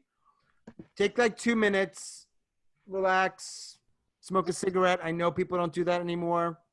Vape. Sean, I just want to say the next time you share your screen, you should close that tab that says you porn. Awkward. How long were you waiting for that one, Richard? Vegas. I'm not going to respond. I'm not even going to respond. If you make the finals, Richard, you only have 30 seconds now. Like, it's funny that things not to say to someone who has a say in the final. Oh, shit. I should have waited until you voted already. Yeah, you're right. Oh, Bob told me to say that. I have a question. I have a question. Mary, the things I have been holding back from saying until voting is finished. See, you're much smarter than I am, Jeff. Yeah. All right, Mario, what's your question? Do Bob and Richard know each other? Yeah, we do actually do a podcast together. We've done several hundred podcasts. We're both professional gamblers living in Las Vegas. Get out of here. So you are friends. That's wonderful. Good friends. Well, just each other. Yeah. And then stories about your gambling exploits. You know James Holzhauer? We had him on our show. He's been on our podcast. He's one of my heroes, and he's just such sitting an across interesting the table, guy, isn't he? Sitting across the table 4 feet away, and I'm in hog heaven. Usually, I don't get very enamored by celebrities, but I kind of made a fool of myself a little bit that day. Oh. But yeah, he's great. Aditya, check your messenger now. We have answers. We have results. We're there. Oh, Jesus. This is live. I love this. What are we going to do? We have a conundrum. What do you mean? Does James Holzhauer have nice teeth in person? I didn't notice his teeth. I think that's a Sean fetish. Yeah,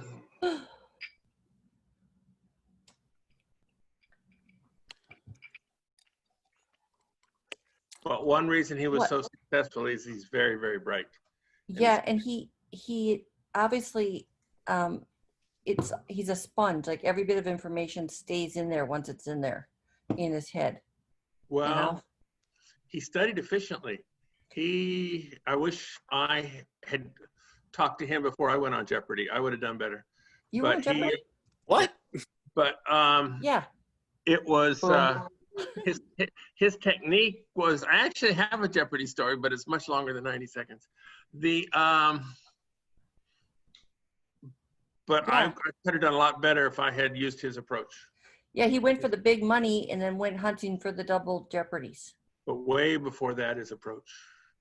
Like he read kids' comic books on all Shakespeare. So like Shakespeare, little 5-page comic books on all of the Shakespeare plays. And so anything questioned on Jeopardy was going to be in those comic books. And so now he just read these 5-page comic book kind of things, and he could get up to date on all the Shakespeare plays in, 3 days. And it's like, that's an efficient way to do things. Yeah. And it never occurred to me. Because you're looking for like key words in each play, or themes, and that's a good way to get it. They're going to ask for characters and stuff. Or the Bible. And 30 seconds announcements. Okay, sorry. We were geeking out on. Keep talking. It's fine. We were geeking out on Jeopardy Champ. We may need to do something unprecedented. Oh boy. What do you have, a tie? A 10-way tie? How can there be a tie if you're only the tiebreaker, Sean? Wait, no, maybe no one won. Yeah. Hang on. Sean is only the tiebreaker. Maybe everyone got 2 points. There's nothing anybody's going to say that's going to influence anything right now, other than what Richard said. I'll give you $5.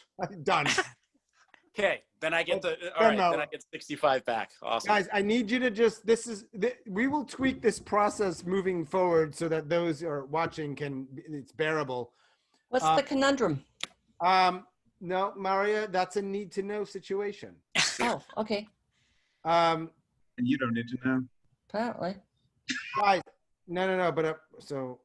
What I was going to buy dinner with for 7 people tomorrow. I'm going to make an executive decision. People love this shit, don't they? Oh, boy. We have 2 so there's a round 1 winner and a round 2 winner. Round 1 meaning like the first 9 and the second 9. I'm going to tell you those 2. I'm going to drag this shit out as much as I can. Oh. No, not much. Round 1, the person who got the most votes is Silvana. Congratulations. Round 2, the person who got the most votes and will go through is Maria. Okay. Now we have some ties.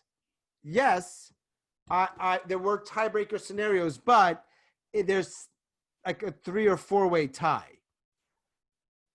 So, Aditya, are you cool with me doing this? We're going to put everybody in top for second. But I support your right to do it. Yeah, I just want to make sure that it's not an absurd number. Admittedly, some people might say, dude, that's not exactly how you plan things. You can do that and be upset. But at that point, I'll be on my second scotch. I won't really give a shit. It's a bourbon. Yeah, but... it's a bourbon. It's all you, my friend. 1, 2, 3, 4, 5. Right. So we have 2 people tied in round 1 and 3 people tied in round 2. Is that right, Mary? Yes, it is. If everybody goes through that 7, we have 7 second round stories. We'll have an amazing winner. The people who are going through are, in addition to Silvana and in addition to Maria, are, sorry, I'm not trying to be a pain in the ass here. Bob Dancer, Julie Baker, Harold, and Andrew. Congrats, y'all. I think you missed somebody. Did I miss one person? Oh. Who? No, I didn't. Oh, shit. I did. This is so weirdly climactic. I just could not have fucked this up more. Everybody's still going through. I don't have to undo it, but also going through is Richard Munchkin. Is that right, Mary? It is right. Should I maybe next time let you do that? Sure. I think it would go better. It couldn't possibly have gone worse than that. So. Oh. Listen, true that we can anyway. Oh, man, Richard, you can unpucker whatever muscle groups you need to unpucker now. Well, I think there was a component of me that was remembering his porn comment and was like, no, I'm not putting. I knew that was a mistake. One good turn deserves another. Sean. Remember, Richard, I got your back because I brought you in. I told him he forgot you. So I'm just saying. The Thank winners you, were Mary. The winners, the ties were the ties. And you know what? Maybe there would have been a cleaner no tied, but not everyone voted. So I hope that those that didn't go through can stick around and vote for the winner. Mm-hmm. And we've spent enough time here. So let us just roll through with it. Just a reminder of what happens when you don't vote. Wow. Which is super deep, folks. I'm just saying. Mm-hmm. Can you guys just repeat who the finalists are? Sure. I think Mary should. Mary's going to handle this. We have, Lord, Silvana, Bob, and Richard from our first round. And from our second round, Maria, Julie Baker, Harold, and Andrew. All right, we got 7 second round stories, 7 names. We've worked it out. Okay, we're making magic. That's what we're doing, I think. Our first teller of the second round. Now, everybody other than the tellers is going to vote. And if I could get my polling to work, all we're going to do is put those 7 names up on the poll and you're going to choose one. Wow. How about that? I planned that shit out. You did. Second round, final round, first teller, Silvana. I'm getting more serious now. My husband, Alan, and I, we're cheap, and that's how we travel around the world by house sitting. And we had just met Wendy. She was a complete stranger, and we were leaving and being in charge of her house in Portugal.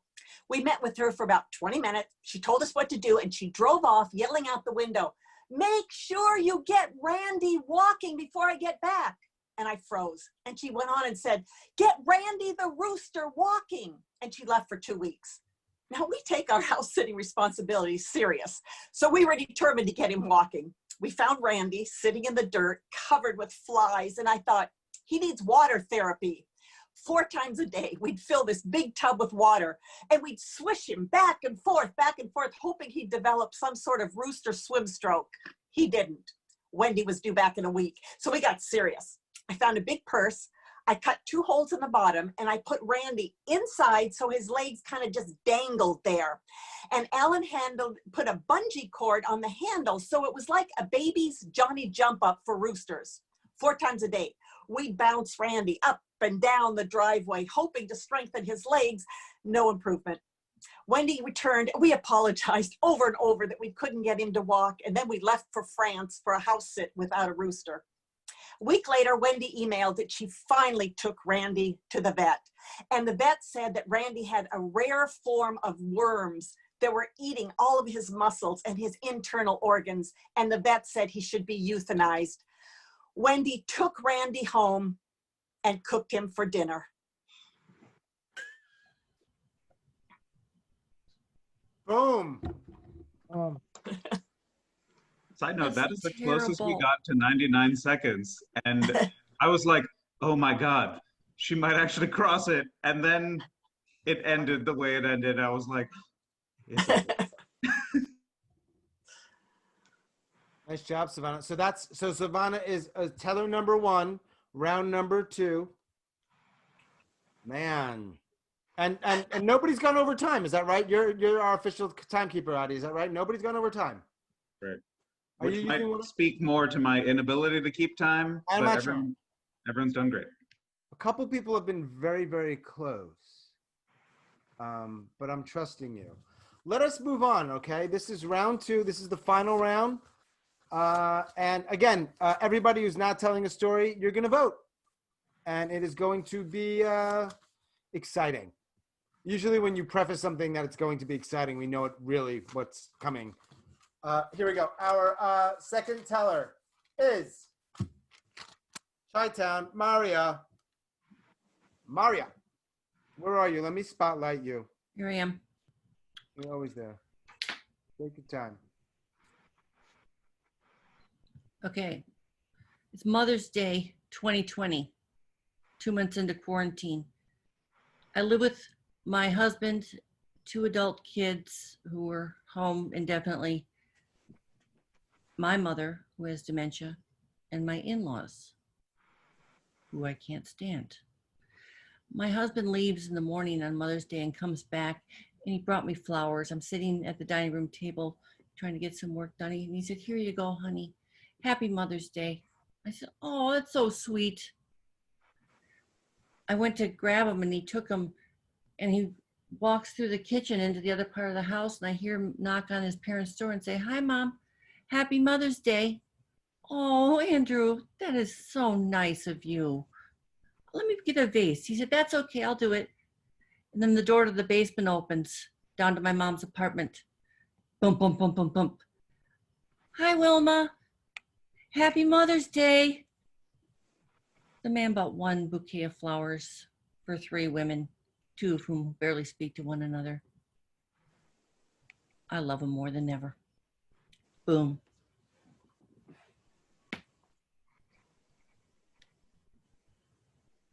Right? I mean, Maria's just saying, here's the story you need to know. I don't even need 90 seconds. That's how we roll in Chicago. I forgot to put my timer on both times. No, but what I'm hearing is you're saying, listen, Sean and everyone else, the way I roll is I don't even need 90 seconds. I'm fine with 83, 84, 85 seconds. And I can just do some damage. Can I get an amen? Amen. I have a lot of flab in my drafts. Do you feel, are you okay right now? I feel like you're in what's going on? Me? Mm-hmm. Oh, I'm really, if you really want to know, I'm hot. It's hot upstairs because my in-laws took over our master bedroom downstairs where the air conditioning works. Yes. Oh, I mentioned them again. I'm sorry. And she made meatloaf for dinner, even though it was 90. Something you're supposed to make when it's like 60. So there's that. I haven't Is there a lot yet. more on the list of this stuff? What? Is this a long list? Oh, I could go on. I figured. So we can stop. I mean, no. Okay. But you had me at Kevin, Maria. You had me at Kevin. Dude, Maria's got the deadpan, man. She just, you can't read it. You can't read it. It doesn't matter. Even you, Adi, you've been on stage a bunch doing your stand-up stuff with that fellow friend of yours. You couldn't read her. No, nor would I want to. I'd rather this be magic. Okay. Our third teller of the second round, and everyone's crushing it, is almost left out accidentally from Vegas, Richard Munchkin. Richard, let me spotlight you. The indomitable, easily overlooked Richard Munchkin. Right. Triggering all kinds of childhood shit right there. Richard Munchkin. Yeah. I am fresh out of college and I get a job dealing blackjack at the Golden Nugget in downtown Las Vegas. And I work from 6 at night until 2 in the morning. But around 1 o'clock in the morning, if nobody is on my table, they close it and I get to leave early. So I'm coming back from a break, it's 1 o'clock, and I see there are 4 people on my game. And the pit boss also gets to leave early if we can close the table. And he says, looks like we're going to be here a while. I said, no, those people will be gone in 5 minutes. He says, $5. I say, you got to bet. He goes, you cannot be rude to those people. I said, oh, no. And I walk up to the table and I start to shuffle the cards. And I say, I'm surprised you people are here. And the guy says, what do you mean? And I said, well, Frank Sinatra is across the street playing blackjack at the Horseshoe, and I heard he's throwing $5 chips to the people in the crowd watching him. Boom, they all get up, they leave. We lock up my table. I collect $5 from the boss. And an hour later, I go out and I'm at my favorite casino on the Las Vegas Strip. And the dealer comes in from a break and he goes, did you hear what happened? I said, what? He says, Frank Sinatra was playing downtown and he was throwing money to people in the crowd. That is how fast rumors spread in Las Vegas. Thank you.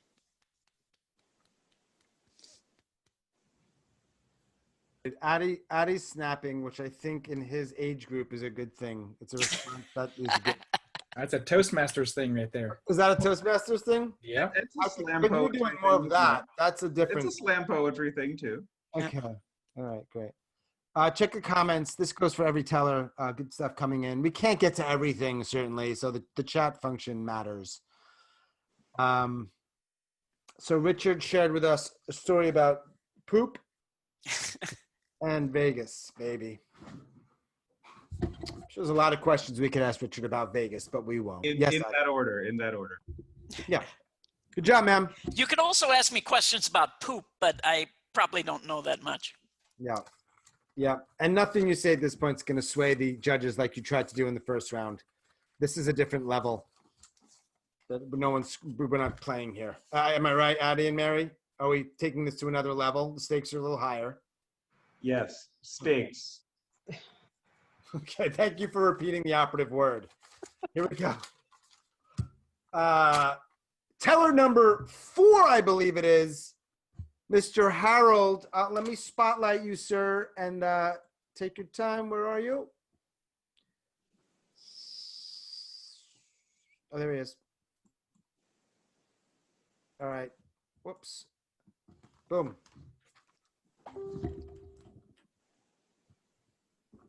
I have a beautiful tree in my front yard.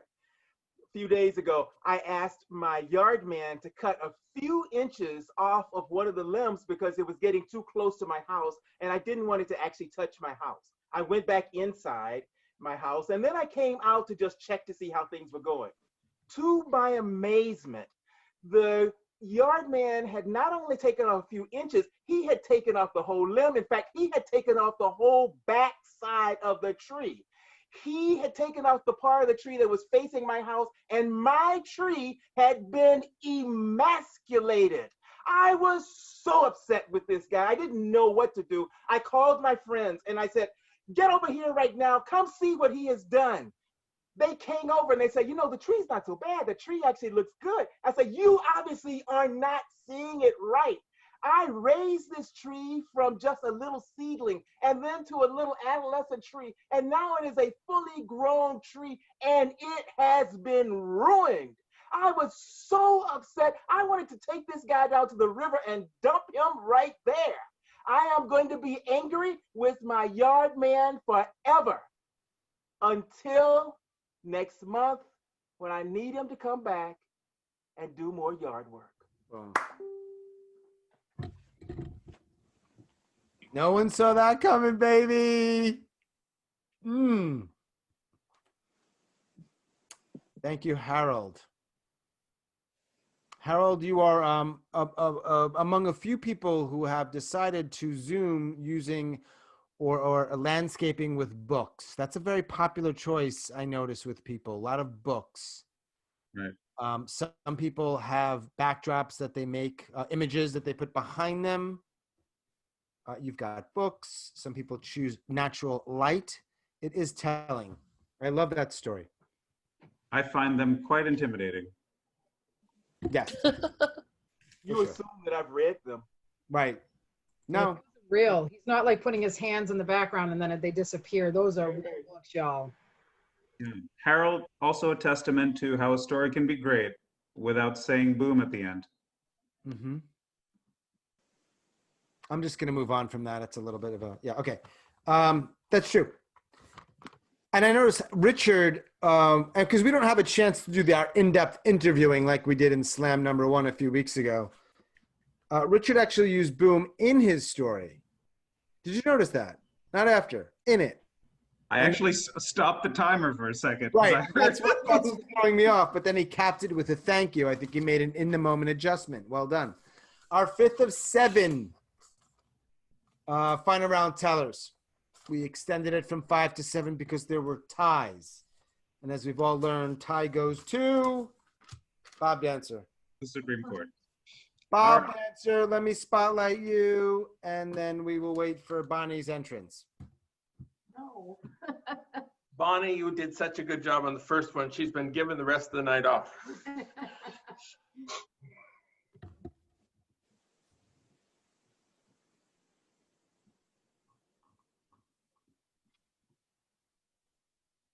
I jump up as high as I can, pull on the rope, lift my legs up, and clamp my feet. It's the last time I have to climb this rope in junior high school. I've never made it to the top before, not close, but I'm gonna do it this time. Push with my legs, pull with my hands, lift my knees, clamp.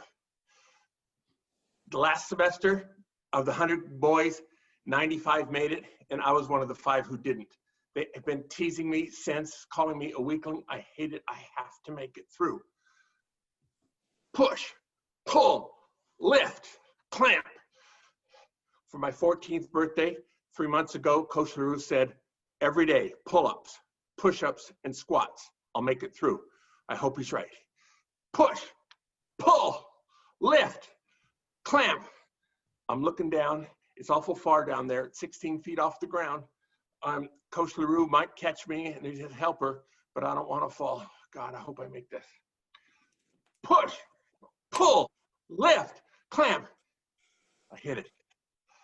It's only 18 feet high, but I feel like I'm on top of the world, and they never tease me for being a weakling again. Boom. Yeah. Bob Dancer. When given the task to choose between heart or humor, Mr. Dancer chose heart for this particular story. Good job, man. Good job. So telling what people choose to show us in their lives, what's behind them, the pictures, the artwork, the books, the dead animals, etc. We've got 2 left, and then we're going to have a winner. And I will invite you. It's been 2 hours. It's been a good 2 hours. And to stick around if you want to have a light Q&A or chat. And you got to go, you got to go. Respect that. There has been a request, Sean, to hear 90-second stories from yourself, Mary, and myself. We can do that at the end. Yeah, we can do that another time. And I don't, yeah. And by the way, other tellers or even audience members have stories. I invite you to share them. Now, the tellers or other people who are watching who might want to join a soon-to-be-announced slam perhaps want to save those stories and not make them public yet. Understandable. It's up to you. Let us move on. Let me not spotlight Bob Dancer anymore because he's gotten a spotlight. And our second to last teller this evening, we don't even know where he's from. He's sort of a nomad. Fortunately, there's someone in his life who can help him with some of his emotional needs. Andrew, let me spotlight you. Andrew, I can see right through you, and I know you. Hang on. Cool. You're good, man. So speaking of emotional needs, I've long felt the emotional need to have a connection with my barber.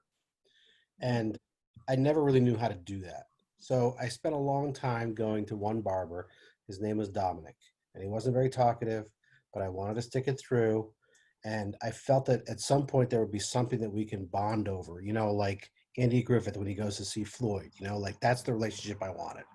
So one day I'm in Dominic's and I'm getting my hair cut, and he's got this big glass window in front, and he's turned the chair so I'm looking outside.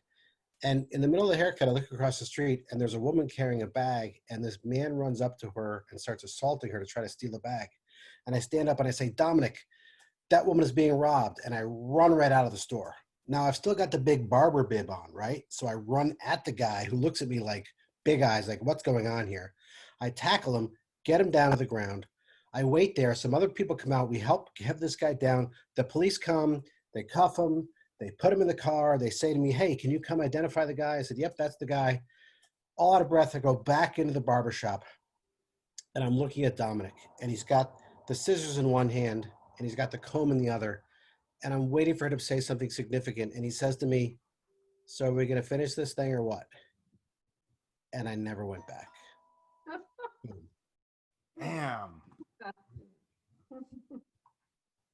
Are we hearing the laughter from your... Who's... That wasn't here. That was somewhere else. Was that someone on Zoom? You elicited laughter. I thought that was somebody from your home. No. If there's laughter, it is often Mary Jo. Yes. But I Could have been don't Bonnie. see her. Oh, it is here. Bonnie. Because look, there's a couple people, Bob, probably one of them, who doesn't follow directions and does not mute themselves. So it might be Bonnie. It's okay. We know each other. We're friendly here. For those of you who We know each other. We know each other. I don't think we need to go as far to say right. that. No, there's some familiarity at a minimum. Yeah, it's a There's professional other people- distance. There's other people here who don't, and it's probably not very amusing, any of this, because they're not inside joking. They don't get it. They're not appreciating any of it. You're either in or you're not in. So it's an invitation to be part of that community, or, you know, understandably never come back because you weren't really felt like you were made to be included. Yeah, you're in. You get to be in. Awkward moment. Let's transition to our final teller. And you know, I don't need to say her name, but I will. The final teller this evening, and legitimately, everybody really did bring some great stuff, so I appreciate that. Final teller of the night, and then I have a poll, and you're just going to choose your winner. Live from the Boston area, kayaker Julie Baker. Julie, let me spotlight you 1 sec. Sorry. I'll get better at that shit. I am not an alcoholic. I am surrounded by people who drink and get high way more than I do. Alcoholics are middle-aged men like my dad or homeless people who ask for money in the park. I'm not even 19 years old. I just like to party. When I end up in a detox, it's sort of by mistake. And I tell myself that I'm there to help my boyfriend get sober.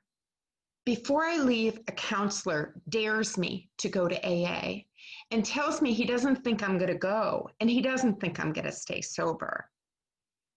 I'm afraid that he might be right. I want to prove him wrong, so I go. The guy who's speaking is hot. Now, I've told everyone who's introduced themselves to me that I'm there to get a better perspective on my boyfriend's disease. But I'm paying attention because the guy is hot until he says how he woke up in his own vomit when he was drinking, and that's how most street people die. I went home to my attic bedroom where my mother left room for rent ads on my bedroom floor, and I realized that had started happening to me when I was 14 years old. I would just wrap up my sheets, throw them in the trash, and it never happened. I am an alcoholic.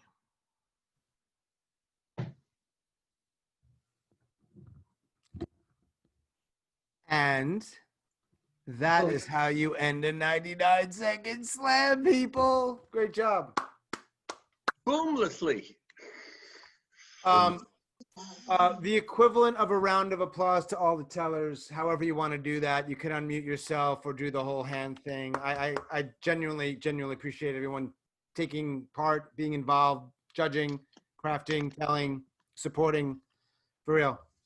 So yeah. Yes. Yeah, really great. Amazing. Yeah, Amazing. it was we're tweaking the process, but a few weeks ago we had like an event where there were some 90-second stories, and they were great, and this is great, and it's cool.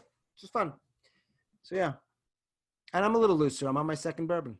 What's wrong with that? It was great. So you put us back in gallery view? Yeah. Oh, am I controlling everything? Really? Thought I had my game down with this. Right now, you are in gallery. Do I have to You can also click on gallery view. You do have the power. No, it's because Julie's spotlighted. So right now, you should all be gallery. Am I right? No, you switched. Julie spotlighted. Yeah, I can do it. There you go. Yeah. Okay. Please do. Thank you. That shit would never be okay in a live show, would it? You'd get yanked. This is a live show. I just. How would that work? We would literally just move a physical spotlight. Yeah, I thought this was like a pre-recorded thing, but you're telling me this is actually live.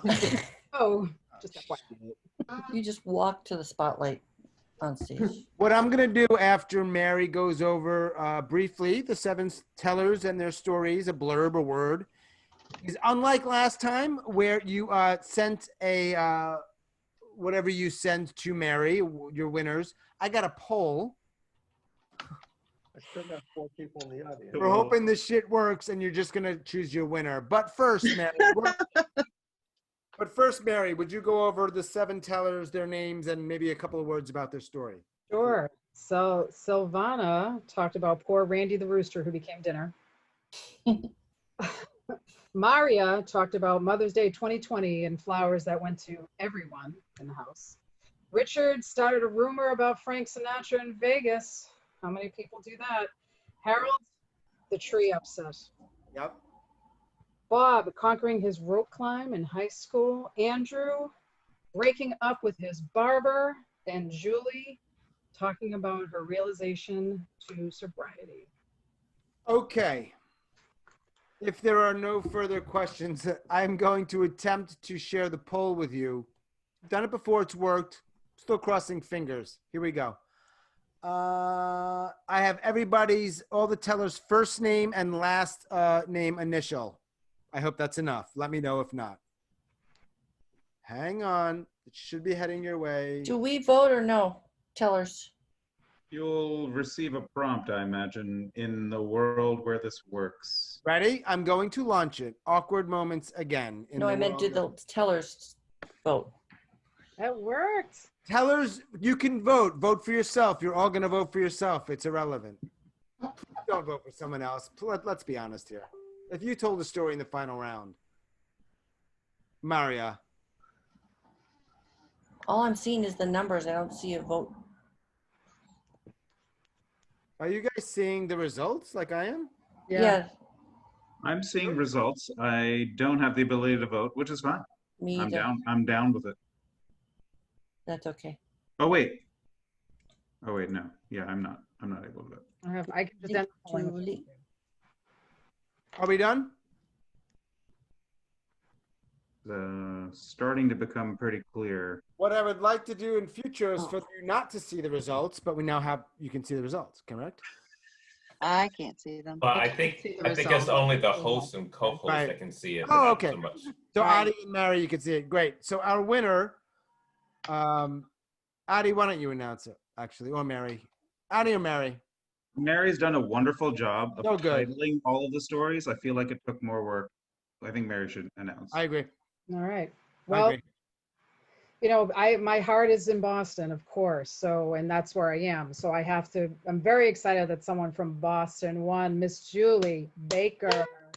Yay. Thank you, thank you, thank you. Good job, Julie. Thank you, thank you. How does one, Julie, do you have a speech you want to make that's shorter than 90 seconds? A speech? No, I guess this means you like me. You really, really like me.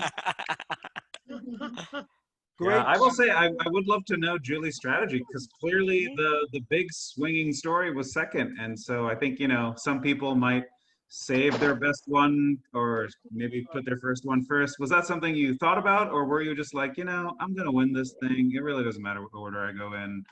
No. I went on the harbor today. I was in a kayak. My friend was on a paddleboard, and I said, I'm going to tell 2 stories. One is about Vinnie Diana, and one is about getting sober. Which one do you think I should tell first? I also noticed there's a theme of hot dudes in your stories. Is that intentional? There's always a hot dude in my story. I gotta pee first. Okay. Got it. Great job. So yeah, Julie, we have it's so interesting with where our paths crossing with the world of kayaking and various storytelling things. It's not uncommon, but I find that you keep being number one. Now, Adi asked you a nice open-ended question about whatever he asked. I kind of tuned out for a second. I do that sometimes when Adi's talking. What the hell? Not always. I'm just sometimes. But I am wondering, how does it feel to be number one? It's nice. Yeah, it is. Yeah, it is. Say it. Oh my God. Truly, truly, truly. I'm not just saying this, like, I'm surprised that I won, but I really, really, really love telling stories. And I wanted to get into the second round only because I was going to get to tell 2 stories. So I love telling stories. It's not so much about whether I win or not, which is nice, which is really nice, but I just love telling stories. If you could be an athlete on a poster who's dunking, who would you want to be dunking on of the storytellers? Oh, really? This is totally kidding. You don't have to answer that question. I don't even understand the question. I don't totally understand it either, not being a real basketball fan, so it doesn't really... Who would you like to be underneath you while dunking the ball in this poster? It's nobody who's here. It's always Matthew Dix. Always. Oh, mine's always James Gordon. For a moment. Hang on. What do we got? Sorry. Nothing. I was just saying who my story nemesis is. Who's yours? Nemesis Nestor Gomez. No, I love Nestor. His name is James Gordon. All right, good. Oh, also in Chicago, right? Yeah, he makes shit up. Oh, okay. What? Hey, I've had a couple glasses of wine, man. Hey, question not about James Gordon. To the tellers, I'm wondering, does anybody, the big decision you need to make in the world of 99-second slams, of course, I don't mean in your lives, your children, your spouses, do you regret telling the story you told first and wish you had flipped it? I do. You do? Although I don't know that it would have mattered. I don't think I could have beaten that story of Julie's in the second round. That was a great story, Julie. Really great story. We call that kissing the ring. If you guys have a question or a comment, by all means, just unmute yourselves. We're just hanging out. This is sort of a formally, congratulations to Julie. The check is in the mail. Yeah. Thank you, everyone, for telling and coming. And it's been more than 2 hours. So seriously, thank you. And for those of you like we're doing that want to stick around and hang out and talk, this is something that we do. So you're welcome to do that. And whatever it looks like, it looks like. Yeah, anyone, Sean, I don't know if this is... badmouth people, but like Maria is, but maybe not everyone is, but I'm cool with it. Yeah, Sean, I don't know if it's out of line, but if anyone wants to tell their second story or something, we're just hanging out. If we have second story, yeah, that'd be great. Can we also hear the scores? Like, I know the second round, I'm sure it was not unanimous, or maybe it was not. And if I can find them, I'm happy to share them with you. I'm interested to see. It was almost a majority, which is crazy considering how many people were voting. It was a plurality, but are you? Let us talk to the people, Adi. Yeah. Kyle, what information do you want? I just wanted to see how they did in the second round. You know, the final round. Yeah. So third and fourth. What do you want? What do you mean? First was Julie. Second was not how they finished, but how the votes came in. Like, how close was it? First, second, and third, kind of thing. Sure. Julie crushed everyone. And then that's the mathematical answer. My answer was so much better than that. What was your answer? Is that there wasn't a majority, but she got extremely close to it, which is crazy considering there were 7 people, but she did have a plurality, which is... It was Julie, Bob, and Andrew. And it was Julie by a significant margin. No, actually, Andrew was tied with Munchkin. Oh, yeah, with Munchkin. There was a double bronze. So Bob, you did good. Ties. It's kind of funny. You know, on a non-competitive I guess, view of it, whatever. Because I'm not very competitive at all. I'm kind of like Julie. It was like, my whole thing was like, man, maybe I get to tell 2 stories tonight. And if I can, that'll be phenomenal. Yeah. Yeah. Right. But I really love this idea of, can you condense the story down without breaking it? You know, and I say breaking it because, you know, I've got a limited stand-up comedy sort of thing, and that's what you do with a joke, right? Like I said before, you're trying to get it down to its smallest thing, and is that the most powerful one? And so for me, I just, and just kind of like what I said in my story, I really enjoyed the crafting of a story. Everything from the, you know, where's that exciting incident, and is it visual enough, or do I need more stuff into there? So I just enjoy just having the space to kind of play around with that, and just kind of do that sort of thing. And that's what I like about your shows, you know, and also like the other one too, like the one that, the Story Jam as well.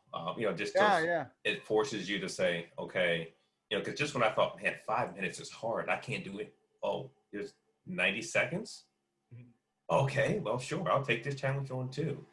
But it's just, to me, it's just really a cool exercise in understanding, putting together a story, and does it impact people? Does it get them not just laughter, but engagement and everything else? So I'm curious, did anyone do the opposite, where they weren't trying to shorten a story, but were actually like, hey, and I've got this like vague idea of a story. Let me start building my Lego bricks and maybe just get it to 90 seconds, and I'll work on this later. Tiny little thing that happened at the store, and let me just see if I can make it something. Yeah. Did anyone try that with their stories, or were they already kind of longer form that you were trying to cut down today?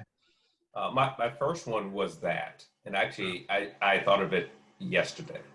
So it came to me yesterday, and so I spent from yesterday to today trying to get it into something that fit. And so, I mean, and so that's what I had, and I'll probably use it as a longer form. I think I can probably do like a 5 or 10 minute, because there's a lot of things I wanted to put in there, but just knew that it wouldn't make sense. Yeah. But I think adding more context to it is just be cooler. That to me is what's kind of fun about this. It can be a feeder for longer form stories. I think both of my stories were just little events that happened and needed to then turn into a longer story. The idea of what the guy did to my tree was just really horrible. I still feel bad about that. Will for the rest of my life. And the same with giving money to the homeless guy. So they just started as little vignettes that then turned into a longer story. And as I began to look at them, I recognized that there's a whole bunch more to them, but they were really just small events that happened in my life. Mm-hmm. Yeah, Go ahead. I don't know that I could have made Vinnie Diana a longer story when I knew I wanted to tell the story, and there was a little part I cut out about the first time he reached out to me on Facebook, where I like screamed and blushed and hid from my camera as if he could see me, which he couldn't see. And but I took out that, but it wasn't long enough to be a 5-minute story. It was just a little thing, just a little snippet. Yeah. That's all. I'm thinking that there are issue fatigues in some stories, and so. Who's talking? Me. What was that word again? Sorry, say that again. I think we can have issue fatigue. What does that mean? Well, I hit on race, and maybe there's just too much of us dealing with that right now, so we can have issue fatigue. Maybe. There's not enough. Well, I think in my world, I get tired of it. And perhaps that's in being the storyteller on that, maybe it's too much. I don't know. I'm just at a point where maybe I need to dig into some greater, more universal themes. Well, maybe the thing is, it's about perspective, right? So even though everyone, there's a general theme of race, like what is something that is so unique to you, even if someone's heard it before, that's just a new thing. And man, I'm talking about my drawers. My drawers are unique to me. Me, not you, me. Well, but that's the thing. Like I've been followed in the store as well. Not ever for my underwear, And I don't know really how, I can't relate to that one in particular, but the overall thing, you know. So the thing I liked about your story, and I'm actually glad you wrote it, and I wrote you a note a moment ago, Kory. I think the thing that was really nice about your story is you found a way to make the story relatable, which is what is really important about stories. And it related to folks on a number of different levels. For some people, it's just this comical story about the guys being followed. So for some others, it's about, you know, the idea of you and your underwear. For me, because I have been followed, I understood it on an entirely different kind of level. And not everyone will understand it on all those levels, and that's not important. But you found a way to make a very short 90-second story relatable to people on a number of different levels. Thank you. Thank you, my brothers. You're welcome, my brother. Wait, Wakanda forever. There we go. I think the tough thing here, and Sean says this a lot about his stories, there are just a lot of really awesome storytellers. Yeah. Right? And so, I mean, you could probably take most of the stories, if not all of the stories here, put them in your average storytelling thing, but it would have been like the story that like people would have wowed people. It's just things are just a lot closer here. It's competitive, if you will. But people are doing all those little nuanced things. Yeah. I'll take your advice, and there are no accidents. I'll keep my underwear clean. He says with a trophy behind him.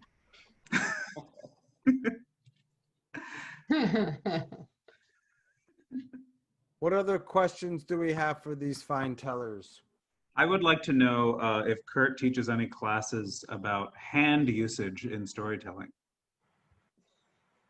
Was there a lot of hand usage in my? I found it very demonstrative.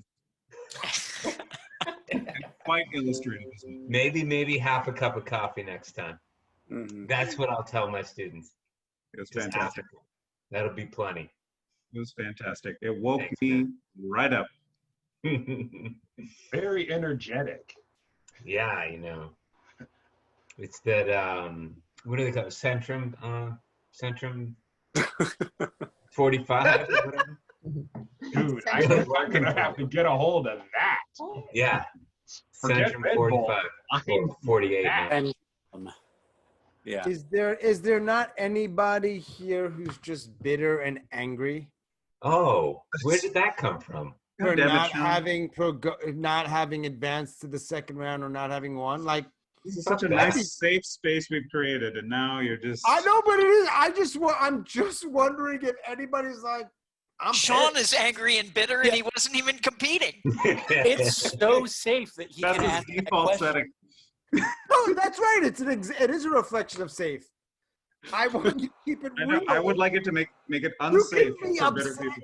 And angry and still honor everybody and the great job they did, and just be like, no, I'm actually kind of pissed. I worked really hard at that, and yeah, fuck you, Sean. Glad you almost said everybody. Yeah, I would have won if Sean had been better organized. Richard has no idea. Richard, you almost didn't make the finals because of Sean's organization. I was the one who got you in, Richard. Remember that. Thank you, Mary, and I love your photographs. I should have said that earlier. I would have gotten more votes. I got you in anyway without saying that. Yeah. Nobody helped anybody in a way. Like this is on like we did. Yeah, it, exactly. We did it the right way. Seriously. He just list, Richard. That was all. I just reminded him. I was like, hey, you only said 6. For And real, I appreciate Richard. If not for Mary, you would not have been in the second round. But just because that was an error on my part. That's all. The numbers were very clear. They were in front of me. I made a mistake. Yeah. And it won't be my last, okay? Sharon didn't even compete, and she's broken and bitter. Hey, guys.